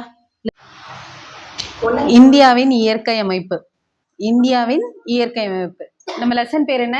India location physical features. Location ஃபுல்லாக முடிச்சிட்டோம் கம்ப்ளீட்டாக. ஓகேவா, இப்போ ஃபிசிக்கல் ஃபீச்சர்ஸ்குள்ளே இப்போ தான் என்ட்ரு ஆகிருக்கும். ஃபிசிக்கல் ஃபீச்சர்ஸ்னால் என்ன அர்த்தம்? அப்புறம் எழுதிக்கலாம், கவனிங்க. ஃபிசிக்கல் ஃபீச்சர்ஸ்னால் என்ன அர்த்தம்? அவ்வளோதான். இந்தியாவோட அமைப்பு எப்படி இருக்கும், எங்கே இருக்குங்கிறதுக்கோட அமைப்பு நம்ம பார்த்துட்டோம். அங்கே என்னென்னலாம் இயற்கையாகவே அமைஞ்சிருக்கு, அதெல்லாம் அமைஞ்சிருக்கிறதுனால தான் அதை துணைக்கண்டம்னு சொன்னாங்கன்னு சொன்னேன். அப்போ அந்த ஸ்பெஷாலிட்டிஸ் தான் நம்ம பார்க்க போகிறோம். சொல்லுங்கள், நம்ம இந்தியானாலே மலைகள் நம்மளுக்கு ஞாபகம் இருக்கும். அதில் முக்கியமான சிகரம் மலைகள் எதுன்னு சொல்லுங்கள். இமயமலை தெரியும். இப்போ எது? மவுண்ட் எவரெஸ்ட் சிகரம், இமயமலைகள். ஓகே, இப்படி ஆரம்பிக்கிறீங்களா? மலைகள் மட்டும்தான் இந்தியாவில் இருக்கா? இல்லை, எது என்னென்ன இருக்கு? கடல் இருக்குது. நெக்ஸ்ட்டு கடல் இருக்கிறதுனால கடலோர மாவட்டங்கள் இருக்குது, டெல்டா பகுதிகள் இருக்குது, ஃபாரஸ்ட் இருக்குது. இது மாதிரி எல்லாமே வந்து புக்ஸில் ஒவ்வொரு லெசனாக கவர் ஆகிடும். ஓகேவா, அப்படி பார்த்தீங்கன்னா இப்போ நம்ம பார்க்க போகிறது எடுத்தோடனே இந்தியாவின் இயற்கை அமைப்பில் இந்த 5 தான் பார்க்க போகிறோம். இது இல்லாமல் நம்ம மேப்லேயே வந்து ரிவர் மேப்னு வேறு தனியாக வாங்குவோம் தெரியுமா? அதில் ரிவர் மட்டும்தான். ஏன்னா ரிவர் மேப்பில் வந்து நம்ம மவுண்டெயின்ஸோ அதெல்லாம் வரைய முடியாது, ரெண்டுமே கன்ஃபியூஸ் ஆகிடும். அதனால் இதை தனியாக படிக்கணும், அதை தனியாக படிக்கணும். ஃபஸ்ட்டு இந்த ஃபிசியோகிராஃபிக் இந்தியாவின் இயற்கை அமைப்பில் மலைகள், பீடபூமிகள், டெல்டா, அந்த பிளைன்ஸ்லாம் இருக்குல்ல, சமவெளிகள், அது இல்லாமல் எக்ஸ்ட்ராவாக நம்ம இந்தியாவை சுற்றி இருக்கக்கூடிய தீவுகள், இதை பற்றி நம்ம ஃபஸ்ட்டு பார்த்துடலாம். இந்த டாபிக் கம்ப்ளீட்டாக இந்த 5 முடிஞ்சதுக்கு அப்புறம் தான் இந்தியாவில் இருக்கக்கூடிய ஆறுகள் பற்றி பார்ப்போம். ஓகே, புரியுதா? அப்படி ஃபர்ஸ்ட் இந்தியாவின் இயற்கை அமைப்பு, இந்த ஆர்டரை கரெக்டாக வச்சுக்கோங்க. ஏன் இந்த ஆர்டர்னா மேலேருந்து ஆரம்பிக்கிறேன். அப்படி இதுதான் வந்து இந்தியா, எனக்கு இந்தியா இப்படி தான் வரைய முடியும். இதுதான் இந்தியான்னு வச்சுக்கோங்க. இதில் நம்ம வந்து ஸ்கூல் டேஸில் மேப்பில் வந்து மவுண்டெயின்னா இப்படி தான் நம்ம ப்ரௌன் கலரில் ஸ்கெட்ச் பண்ணுவோம். அப்போது மவுண்டெயின்ஸ் வந்து இந்தியாவில் இப்படி இருக்கும். அப்படின்னா என்னன்னா இந்த எண்டில் ஆரம்பித்து இந்த எண்டு வரைக்கும் நம்மளுக்கு இமயமலை தொடர் தொடர்னு நார்மலாக இப்போ நம்ம ஊர் பக்கத்தில் இருக்கக்கூடிய மலைகள்லாம் நம்ம ஆனமலை அப்படின்னு சுவாமி மலை அப்படின்னு சின்ன சின்ன மலையெல்லாம் நம்ம இப்படிலாம் சொல்லிடுறோம், மலைன்னு சொல்லி முடிச்சிடுறோம். குன்றுகள் அப்படின்னு சொல்லுவோம். பட் இது என்னன்னா இமயமலை தொடர்னு சொல்கிறாங்க. ஏன்னா இது தொடர்ச்சியாக இருக்கும். இமயமலை தான் இருக்கிறதுல நம்ம இந்தியாவில் தொடர்ச்சியாக இருக்கக்கூடிய மலை. ஓகேவா? இது எந்த அளவுக்கு தொடர்ச்சியாக இருக்குன்னா ஒரு கணிப்பு இருக்குது. அது கன்ஃபார்ம் நம்ம சொல்ல முடியாது, ஒரு கணிப்பு இருக்குது. என்னன்னா இமயமலை வந்து இப்போதான் ரீசெண்டாக இன்னொன்று தெரிஞ்சுக்கோங்க, உலகத்திலேயே ரீசெண்டாக உருவான மலை அப்படிங்கிறத வந்து இளம் மலைன்னு சொல்லுவாங்க. கரெக்டாக? அப்படி அது எந்த மலை அப்படின்னா அதுதான் இமயமலை. நம்ம இமயமலையை பற்றி படிச்சுட்டு இருக்கோம் அப்படின்னா ரீசன்னா இப்போ இல்லை, நம்ம பூமியில் இருக்க உருவான மலையிலேயே ஃபஸ்ட்டு மிகவும் தொன்மையான மலையும் இந்தியாவில் தான் இருக்குது. இளமையான மலை இப்போ புதுசாக உருவான மலையும் இந்தியாவில் தான் இருக்குது. அப்போ தொன்மையான மலை எது, இளமையான மலை எது? இளமையான மலை எதுன்னு நானே சொல்லிட்டேன் உங்கள்கிட்ட, இமயமலைன்னு. அப்போ தொன்மையான மலை மவுண்ட் எவரெஸ்ட்டுங்கிறது அந்த மலையில் இருக்கக்கூடிய ஒரு சிகரம் தான். கரெக்ட். ஆரவல்லி மலைத்தொடர்னு நம்ம பார்த்துருப்போம். ஓகேவா? அது ராஜஸ்தானில் வரும். ஆரவல்லி மலைத்தொடர் அதுதான் நம்ம பூமியிலேயே மிகவும் பழமையான மலைத்தொடர். ஓகே, மிகவும் பழமையான மலைத்தொடர் ஆரவல்லி. மிகவும் இளமையான மலைத்தொடர் எதுனா இமயமலை. இப்போ அந்த இமயமலை பற்றி தான் நம்ம படிக்க போகிறோம். அது ஒவ்வொரு ஏரியா, ஏன்னா இமயமலை எங்கே ஆரம்பிச்சு இங்கே முடியுதுன்னு நான் சொல்லியிருக்கேன் பார்த்தீங்களா? அப்போ எந்தெந்த ஸ்டேட்ஸு வேற இந்த எண்டெல்லாம் போகுதுன்னா அப்போ வேற நாடெல்லாம் வந்துடும். ஓகேவா? அப்போ அங்கே அவ்வளோ தூரம் போகுதுன்னா அதை ஒவ்வொரு ஏரியாவில் ஒவ்வொரு பேர் சொல்கிறாங்க. ஒவ்வொரு ஏரியாவில் இருக்கக்கூடிய இமயமலைக்கு ஒவ்வொரு பண்புகள் இருக்கும். அதை வச்சு தான் அவங்க இமயமலையே முதல்ல எப்படி பிரிச்சிருக்காங்க, அதை நார்தர்ன் மவுண்டெயின்ஸ்னு ஒரே வார்த்தையை பிரிச்சுட்டாங்க. ஏன் நார்தர்ன் மவுண்டெயின்ஸ்னு சொல்கிறாங்கன்னு புரியுதா? இருக்குது. சவுத் சைட்லேயும் நம்மள்ட்ட மவுண்டெயின்ஸ் இருக்குது. மேற்கு தொடர்ச்சி மலைகள், கிழக்கு தொடர்ச்சி மலைகள், குன்றுகள் நம்ம படிக்கிறோம். கரெக்டா? அப்போ அதெல்லாமும் மவுண்டெயின்ஸ் இருக்குது. இப்போ இந்த 2 மவுண்டெயின்ஸை டிஃப்ரென்ஷியேட் பண்ணுறதுக்காக தான் அதை வடக்கு மலைகள் அப்படின்னு சொல்லியிருக்காங்க. புரியுதா? அப்போ வடக்கு மலைத்தொடர்கள் பற்றி தான் நம்ம ஃபஸ்ட்டு பார்க்க போகிறோம். அதில் முக்கியமாக வடக்கு மலைத்தொடர்கள் எல்லாமே வந்து இமயமலைகள் மட்டும்தான். ஓகே, இமயமலை தொடர் தான். ஏன் இதை இமயமலை தொடர்னு சொல்கிறாங்கன்னா, நான் இதுக்கு முன்னாடி சொன்னல, ஒரு மித்தோ இல்லை அது எவிடன்ஸ் இருக்காங்கிறத நம்மளால கண்டுபிடிக்க முடியலை. இளமையாக இப்போ தான் ரீசெண்டாக உருவாயிருக்குன்னு சொல்கிறேன்னா அதனால இந்த இமயமலை என்னன்னு சொல்கிறாங்கன்னா யங்கஸ்ட் ஃபோல்டு மவுண்டைன் அப்படின்னு சொல்லுவாங்க. இளம் மடிப்பு, யங்கஸ்ட் ஃபோல்டு மவுண்டைன். இளம் ஃபோல்ட்னா மடிப்பு. ஏன் இந்த வேர்டு வந்திருக்கு? இந்த வேர்ட்லேயே ஒரு கதை இருக்குது. இந்த மடிப்பு அப்படிங்கிற வேர்ட்லேயே, ஃபோல்டு அப்படிங்கிற வேர்ட்லேயே ஒரு கதை இருக்குது. அந்த கதையில தான் அந்த இமயமலை உருவாகிறது எப்படி அப்படிங்கிறது நமக்கு தெரியும். ஸ்கூலில் கேள்விப்பட்டிருக்கீங்களா அந்த கதையை? இமயமலை இப்போதைக்கு இருக்குல்ல, இப்போ இமயமலைகள் இருக்கிற ஏரியாவில் இமயமலை உருவாகிறதுக்கு முன்னாடி அங்கே என்ன இருந்ததுன்னு கேள்விப்பட்டிருக்கீங்களா? கடல் இருந்துச்சு. ஓகேவா? நான் இப்போ ஒரு வேர்ட் சொல்கிறேன், அந்த வேர்ட் சொன்னால் தெரியும்னு நினைக்கிறேன். அங்கோரா, கோந்துவானா கேள்விப்பட்டிருக்கீங்களா? அங்கோரான்னு ஒரு நிலப்பரப்பு, கோந்துவானான்னு ஒரு நிலப்பரப்பு. 2 நிலப்பரப்பு. நம்ம பூமிங்கிறது வந்து ஒரு பெரிய அப்படியே ரவுண்டாக இருக்கக்கூடிய ஒரே லேயர் கோலம் கிடையாது. கரெக்டாக? அங்கங்கே இப்போ ஒரு பிளேட் இருக்குது. அந்த பிளேட்டை நான் கீழே போட்டு உடைச்சிட்டேன், ஒரு பீங்கான் தட்டை உடைச்சி அதை வந்து நான் எல்லாமே ஒட்ட வைக்கிறேன். ஒட்ட வச்சா உங்களுக்கே தெரியும்ல அந்த கிராக் மாதிரி. அது மாதிரி தான் நம்ம பூமியில் தட்டுக்கள் வந்து இருக்குது. பூமியை சுற்றி வந்து கவர் ஆகி இருக்க பிளேட் வந்து உடஞ்சி அங்கங்கே இருக்குது. அது வந்து வருஷங்கள் போக போக ஆட்டோமேட்டிக்காக மூவ் ஆகிக்கிட்டே இருக்கும் கிராவிட்டியை பொறுத்து. புரியுதா? திடீர்னு சொல்லுவாங்க இமயமலை இவ்வளோ தூரம் உயர்ந்த ஹைட்டு அதிகமாக இருக்குது அப்படின்னு சொல்லுவாங்க. அதுக்கெல்லாம் காரணம் என்னன்னா அந்த தட்டு வந்து ஒன்று விலகிறதா இருக்கும், இல்லை வந்து சேர்றதா இருக்கும். ஓகேவா? அந்த பூமி தட்டுக்கள் வந்து சேர்றதா இருக்கும். ஓகேவா? இப்படி தான் 2 நிலப்பரப்பு இருந்திருக்கு. ஒன்று என்ன அங்கோரா, இன்னொன்று கோந்துவானா அப்படின்னு நிலப்பரப்பு இருந்தது. இங்கேருந்து ஒரு ப்ரெஷர் கொடுத்துருக்கு, இங்கேருந்து கொஞ்சம் ப்ரெஷர் கொடுத்துருக்கு 2 தட்டுலையும்.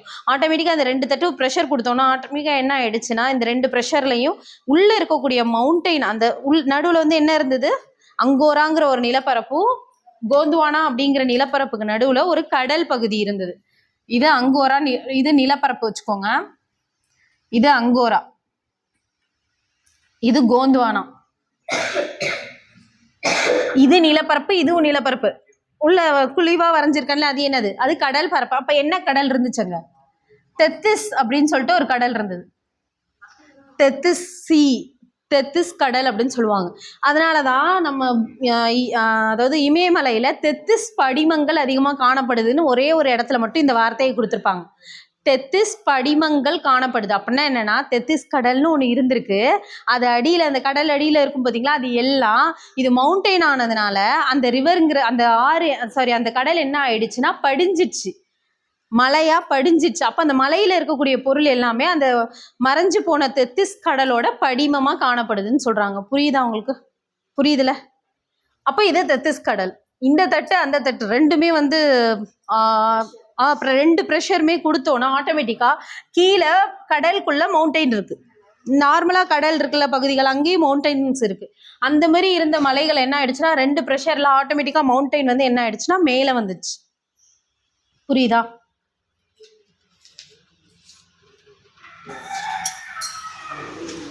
இப்போ இந்த எண்டு இருக்குல்ல, இப்படி வச்சுக்கோங்க.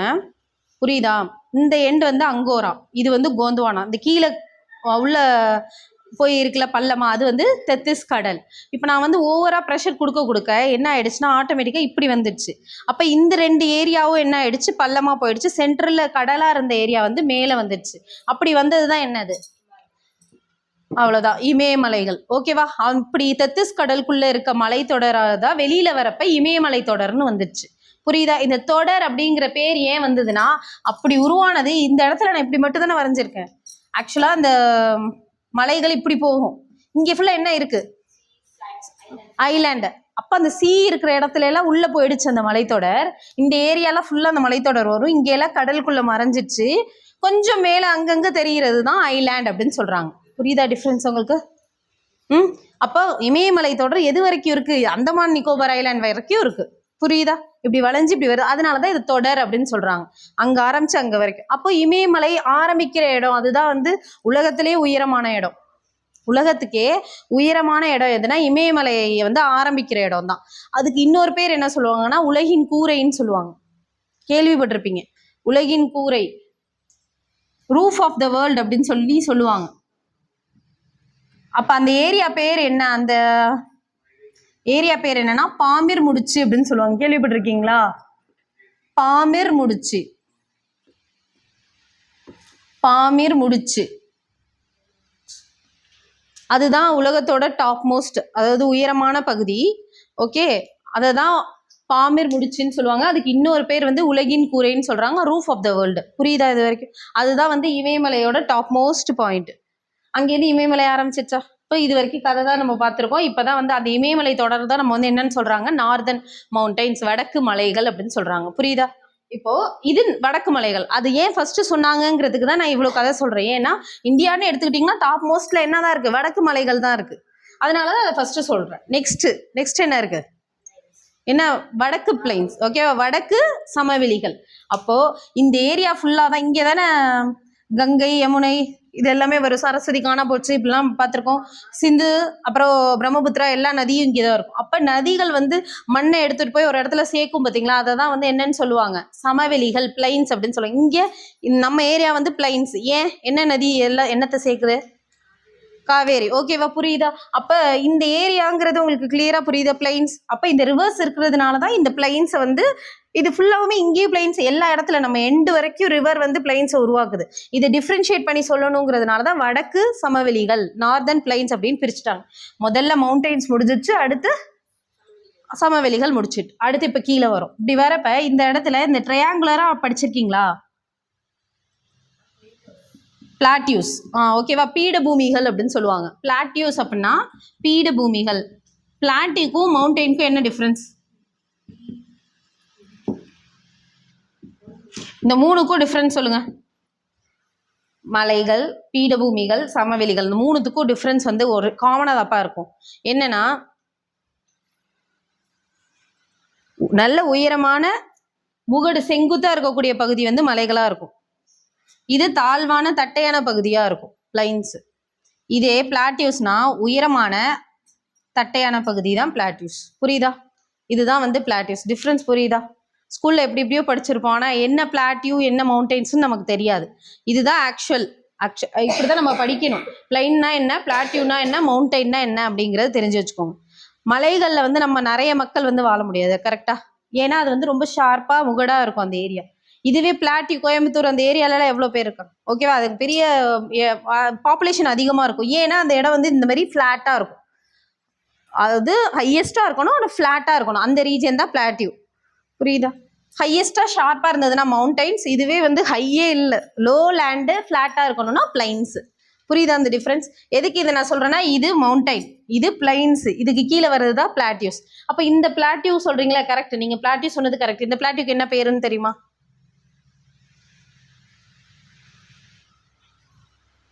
சரி, ஓகே, நானே சொல்லிடுறேன். இந்த பிளாட்டியூக்கு என்ன பேருனா தக்கான பீடபூமி, டெக்கான் பிளாட்டியூ அப்படின்னு சொல்லுவாங்க. இந்த பிளாட்டியூக்கு இன்னொரு பேர் என்னன்னா டெக்கான் பிளாட்டியூ, தக்கான பீடபூமின்னு சொல்லுவாங்க. இப்போ இதுல வந்து டெக்கான் பிளாட்டியூ வந்து டாபிக்கா வராது. என்ன போட்டிருப்பாங்கன்னா பெனின்சுலார் பிளாட்டியூஸ்னு போட்டிருப்பாங்க. ஏன்னா அதுல வெறும் டெக்கான் பிளாட்டியூ மட்டும் வராது, இந்த இடத்துல சென்ட்ரல் ஹைலாண்ட்ல இருக்கக்கூடிய இங்க இருக்கக்கூடிய பிளாட்டியூஸும் வரும், இந்த இடத்துலயும் பிளாட்டியூஸ் வரும். அதனாலதான் இது டெக்கான் பிளாட்டியூன்னு மட்டும் சொல்லாம என்னன்னு போட்டிருக்காங்க, பெனின்சுலார் பிளாட்டியூஸ் அப்படின்னு போட்டிருக்காங்க. புரியுதா? பெனின்சுலார் அப்படின்னா என்ன அர்த்தம்? தீபகற்பம்னு போட்டிருக்கேன். தீபகற்பம்னா என்ன? தீபம்ங்கிறதுனால தீபகற்பம்னா என்னன்னா,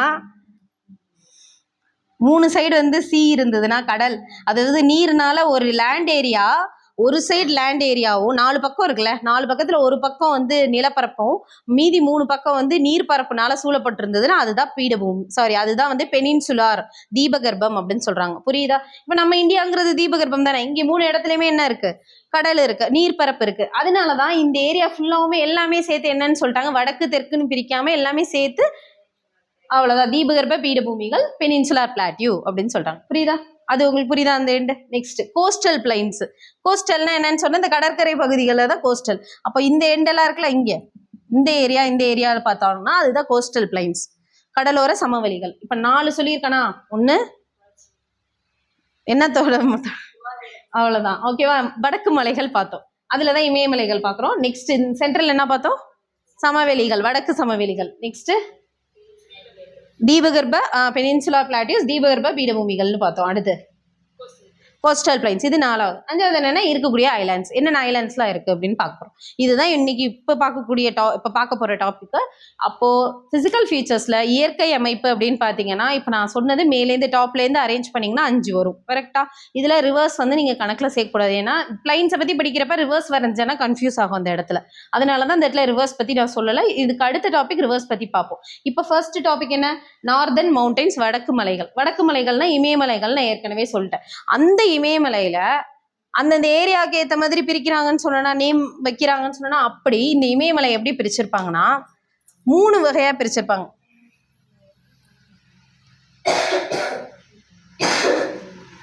இந்த இருக்குல்ல, இதுதான் இது, புரியுதா? இப்படி 3ஆ பிரிச்சிருப்பாங்க. 3ஆ பிரிச்சுட்டு இந்த எண்டுக்கு தான் டிரான்ஸ் இமயமலை அப்படின்னு சொல்லுவாங்க. தமிழ்லையும் டிரான்ஸ் இமயமலை தான். அதுக்கு இன்னொரு பேர், இது மேற்கு பக்கம் இருக்கிறதுனால மேற்கு இமயமலைன்னு சொல்றாங்க. இதுக்கு இன்னொரு பேர் கிழக்கு இமயமலை, அப்படி இல்லைன்னா பூர்வாஞ்சல் அப்படின்னு சொல்லுவாங்க.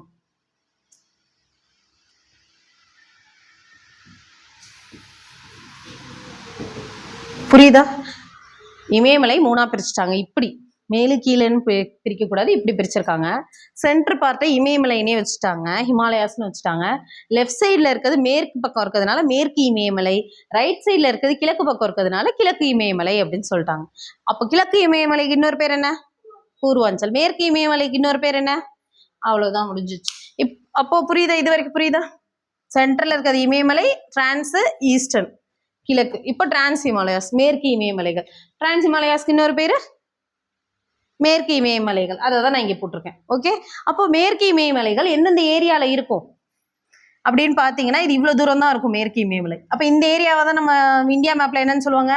ஜம்மு காஷ்மீர். அப்போ ஜம்மு காஷ்மீரும் கொஞ்சம் வெளியில போயிடுதுல, அந்த வெளியில திபெத் இருக்கு, ஓகேவா? திபெத். அதனாலதான் ஜம்மு காஷ்மீர், திபெத் இந்த 2 இடத்துல தான் மேற்கு இமயமலை காணப்படுது. இந்த 2 ஊர்ல தான் மேற்கு இமயமலை காணப்படுது. அதிகபட்சமா மேற்கு இமயமலை எங்க இருக்குன்னா திபெத்ல தான் காணப்படுது. அதனாலதான் இதுக்கு மேற்கு இமயமலைக்கு இன்னொரு பேர் என்னன்னா திபெத்தியன் இமயமலை அப்படின்னு சொல்லுவாங்க. புரியுதா? எதனால சொல்றாங்க, ஏன் சொல்றாங்கன்னு தெரிஞ்சு வச்சுக்கணும். இது வரைக்கும் புரியுதா? ரேஞ்சஸ் ஃபவுண்டுன்னு போட்டிருக்குல்ல, இது புரியுதா? ரேஞ்சஸ்னா என்னன்னா அந்த கடல்னு சொல்றேன், மலைகள் இருக்குல்ல. இப்போ ஜாஸ்கர் ரேஞ்சுன்னு கேள்விப்பட்டிருக்கீங்களா? லடாக் லடாக்லாம் நம்ம கேள்விப்பட்டிருக்கோம்ல. இந்த மாதிரி லடாக்கு, ஜாஸ்கர் இந்த மாதிரி ஒரு 4 விதமான ரேஞ்சஸ் வந்து எங்க காணப்படும்னா டிரான்ஸ் ஹிமாலயாஸ்ல தான் காணப்படும். அதுதான் இருக்கிறதுலே உயரமான பகுதி, அதனால அந்த இடத்துல காணப்படுது. நெக்ஸ்ட் இது இவ்வளவுதான் டிரான்ஸ் ஹிமாலயாஸ். நெக்ஸ்ட் ரெண்டாவது நடுவில் என்ன இருக்கு? இமயமலை. அப்ப இமயமலை நமக்கு என்ன கன்ஃபியூஸ் ஆகும்னா, ஃபர்ஸ்ட் இது நம்ம படிக்க போறோம்னா இந்த 3 இமயமலையும் இந்த இமயமலை 3ஆ பிரிக்கிறாங்க பாத்தீங்களா, அது ரெண்டும் கன்ஃபியூஸ் ஆகும். அதனால நீங்க தெளிவா படிக்கிறப்பயே வடக்கு மலைகள்னு போட்டு இந்த டயக்ராம போட்டுக்கோங்க. அது டயக்ராம் இல்ல, சின்னதா பிக்சர் மாதிரி போட்டுக்கோங்க. போட்டு முதல்ல அது மேற்கு இமயமலை எழுதுங்க. அடுத்து கிழக்கு இமயமலை வேணா எழுதிட்டு அதுக்கு அடுத்து நீங்க இமயமலை பத்தி எக்ஸ்பிளைன் பண்ணுங்க. அப்பதான் உங்களுக்கு கரெக்டா இருக்கும். இமயமலையை 3ஆ பிரிக்கிறாங்க. இவ்வளோ நேரம் வந்து இமயமலையே இப்படி இருக்க இமயமலையே இந்த சைடு கிழக்கு மேற்குன்னு நம்ம பிரிச்சோம் கரெக்டா. பட் நடுவுல இருக்க இமயமலை எப்படி பிரிக்கிறாங்கன்னா இப்படி பிரிக்கிறாங்க. புரியுதா? செங்குத்தா பிரிக்கிறாங்க. அப்படி செங்குத்தா பிரிச்சா இது வந்து ஹிமாத்ரி, இது ஹிமாச்சல், இது ஷிவாலிக். அப்போ இமயமலையோட அடிப்பகுதி எது? அவ்வளவுதான். ஓகேவா? ஹிமாத்ரி, ஹிமாச்சல், ஷிவாலிக். இந்த இடத்துல தான் நம்மளா மக்கள்லாம் இருப்பாங்க அதிகமா. ஓகேவா? நெக்ஸ்ட் ஹிமாத்ரி மேல இருக்குல்ல, அதுதான் வந்து கிரேட்டர் ஹிமாலயாஸ்ன்னு சொல்லுவாங்க. கிரேட்டர் ஹிமாலயாஸ்ன்னு சொல்லுவாங்க. ஏன்னா இது ஹிமாலயாஸ் டாபிக் குள்ள தானே வருது, இந்த டாபிக் குள்ள தானே வருது. அதனால இந்த ஹிமாத்ரிக்கு இன்னொரு பேர் கிரேட்டர் ஹிமாலயாஸ், நடுவுல இருக்கிறது லெஸ்ஸர் ஹிமாலயாஸ், கீழே இருக்கிறது அவுட்டர் ஹிமாலயாஸ். அப்போ outer Himalayas also known as. அவ்வளோதான், முடிஞ்சிச்சு. ஓகே. இப்போ ஹிமாத்ரி அப்படின்னு பார்த்தீங்களா, ஹிமாத்ரியில தான் இந்த மவுண்ட் எவரெஸ்ட் மவுண்ட் எவரெஸ்ட் இருக்கு. உயர்ந்த சிகரங்கள் எல்லாமே இருக்குல்ல, என்ன சொல்றாங்கன்னா 14 சிகரம் வந்து இப்போ பூமியிலேயே உயரமான சிகரம்னு ஒரு 14 சிகரம் எடுக்கிறாங்கன்னு வச்சுக்கோங்க. அதுல 9 சிகரம் வந்து இமயமலையில தான் இருக்கான். ஓகேவா? அதுவும் சிகரங்கள் அதிகமாக காணப்படுறது ஹிமாத்ரியில தான். அதனாலதான் அதை கிரேட்டர் ஹிமாலயாஸ்ன்னு சொல்றாங்க. புரியுதா? கஞ்சன்ஜங்கா கேள்விப்பட்டிருக்கீங்களா? சிக்கிம்ல இருக்கு. அதுவும் வந்து ஹிமாத்ரியில தான் வரும். நெக்ஸ்ட் கிளேஷியஸ்னா பனி.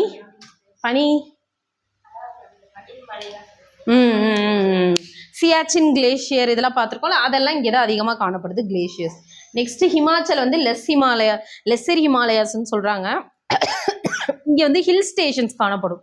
ஷில்லாங், முசோரி, நைனிட்டல் அப்படின்லாம் ஊரெல்லாம் இருக்குல்ல, அதெல்லாம் வந்து இங்கே தான் காணப்படுது. ஹில் ஸ்டேஷன்ஸ் காணப்படுது. நெக்ஸ்ட் ஷிவாலிக்னு பார்த்தீங்கன்னா செங்குத்தான பள்ளத்தாக்கு அதிகமாக காணப்படுது ஷிவாலிக்ல. ஏன்னா அடிப்பகுதியில் மேலேந்து ரிவர், இப்போ இமயமலை மலைத்தொடர்ல மேலேந்து அருவி இல்லைன்னா என்ன, மேலேந்து ரிவர் வந்து கீழே விழுது. அப்படி விழவிலே என்ன ஆகும்னா பள்ளமாயிடும்.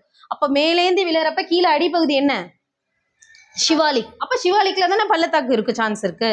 புரியுதா உங்களுக்கு? இந்த மாதிரி டிஃப்ரென்ஷியேட் பண்ணி பார்த்துக்கோங்க. பள்ளத்தாக்கு கீழே இருக்க பகுதியில தான் அதிகமாக இருக்கும், அதனாலதான் ஷிவாலிக்ல அதிகமாக இருக்கு. அந்த பள்ளத்தாக்கே 2 விதமா பிரிக்கிறாங்க. என்னன்னா கிழக்கு பக்கம் இருக்க பள்ளத்தாக்குக்கு டூவார்ஸ் அப்படின்னு சொல்லுவாங்க, மேற்கு பக்கம் இருக்க பள்ளத்தாக்கு வந்து டியூன்ஸ் அப்படின்னு சொல்லுவாங்க. அப்படி வர டியூன்ஸ்ல தான் இது வரும். உத்தரகண்ட்ல டேராடூன் வந்து அதோட கேபிட்டல் பார்த்துருப்பீங்க, டேராடூன். அந்த டியூன்லாம் வந்து வரதுக்கு காரணம் வந்து அது ஷிவாலிக் பார்க்ல இருக்கிறதுனால. புரியுதா உங்களுக்கு இது வரைக்கும்?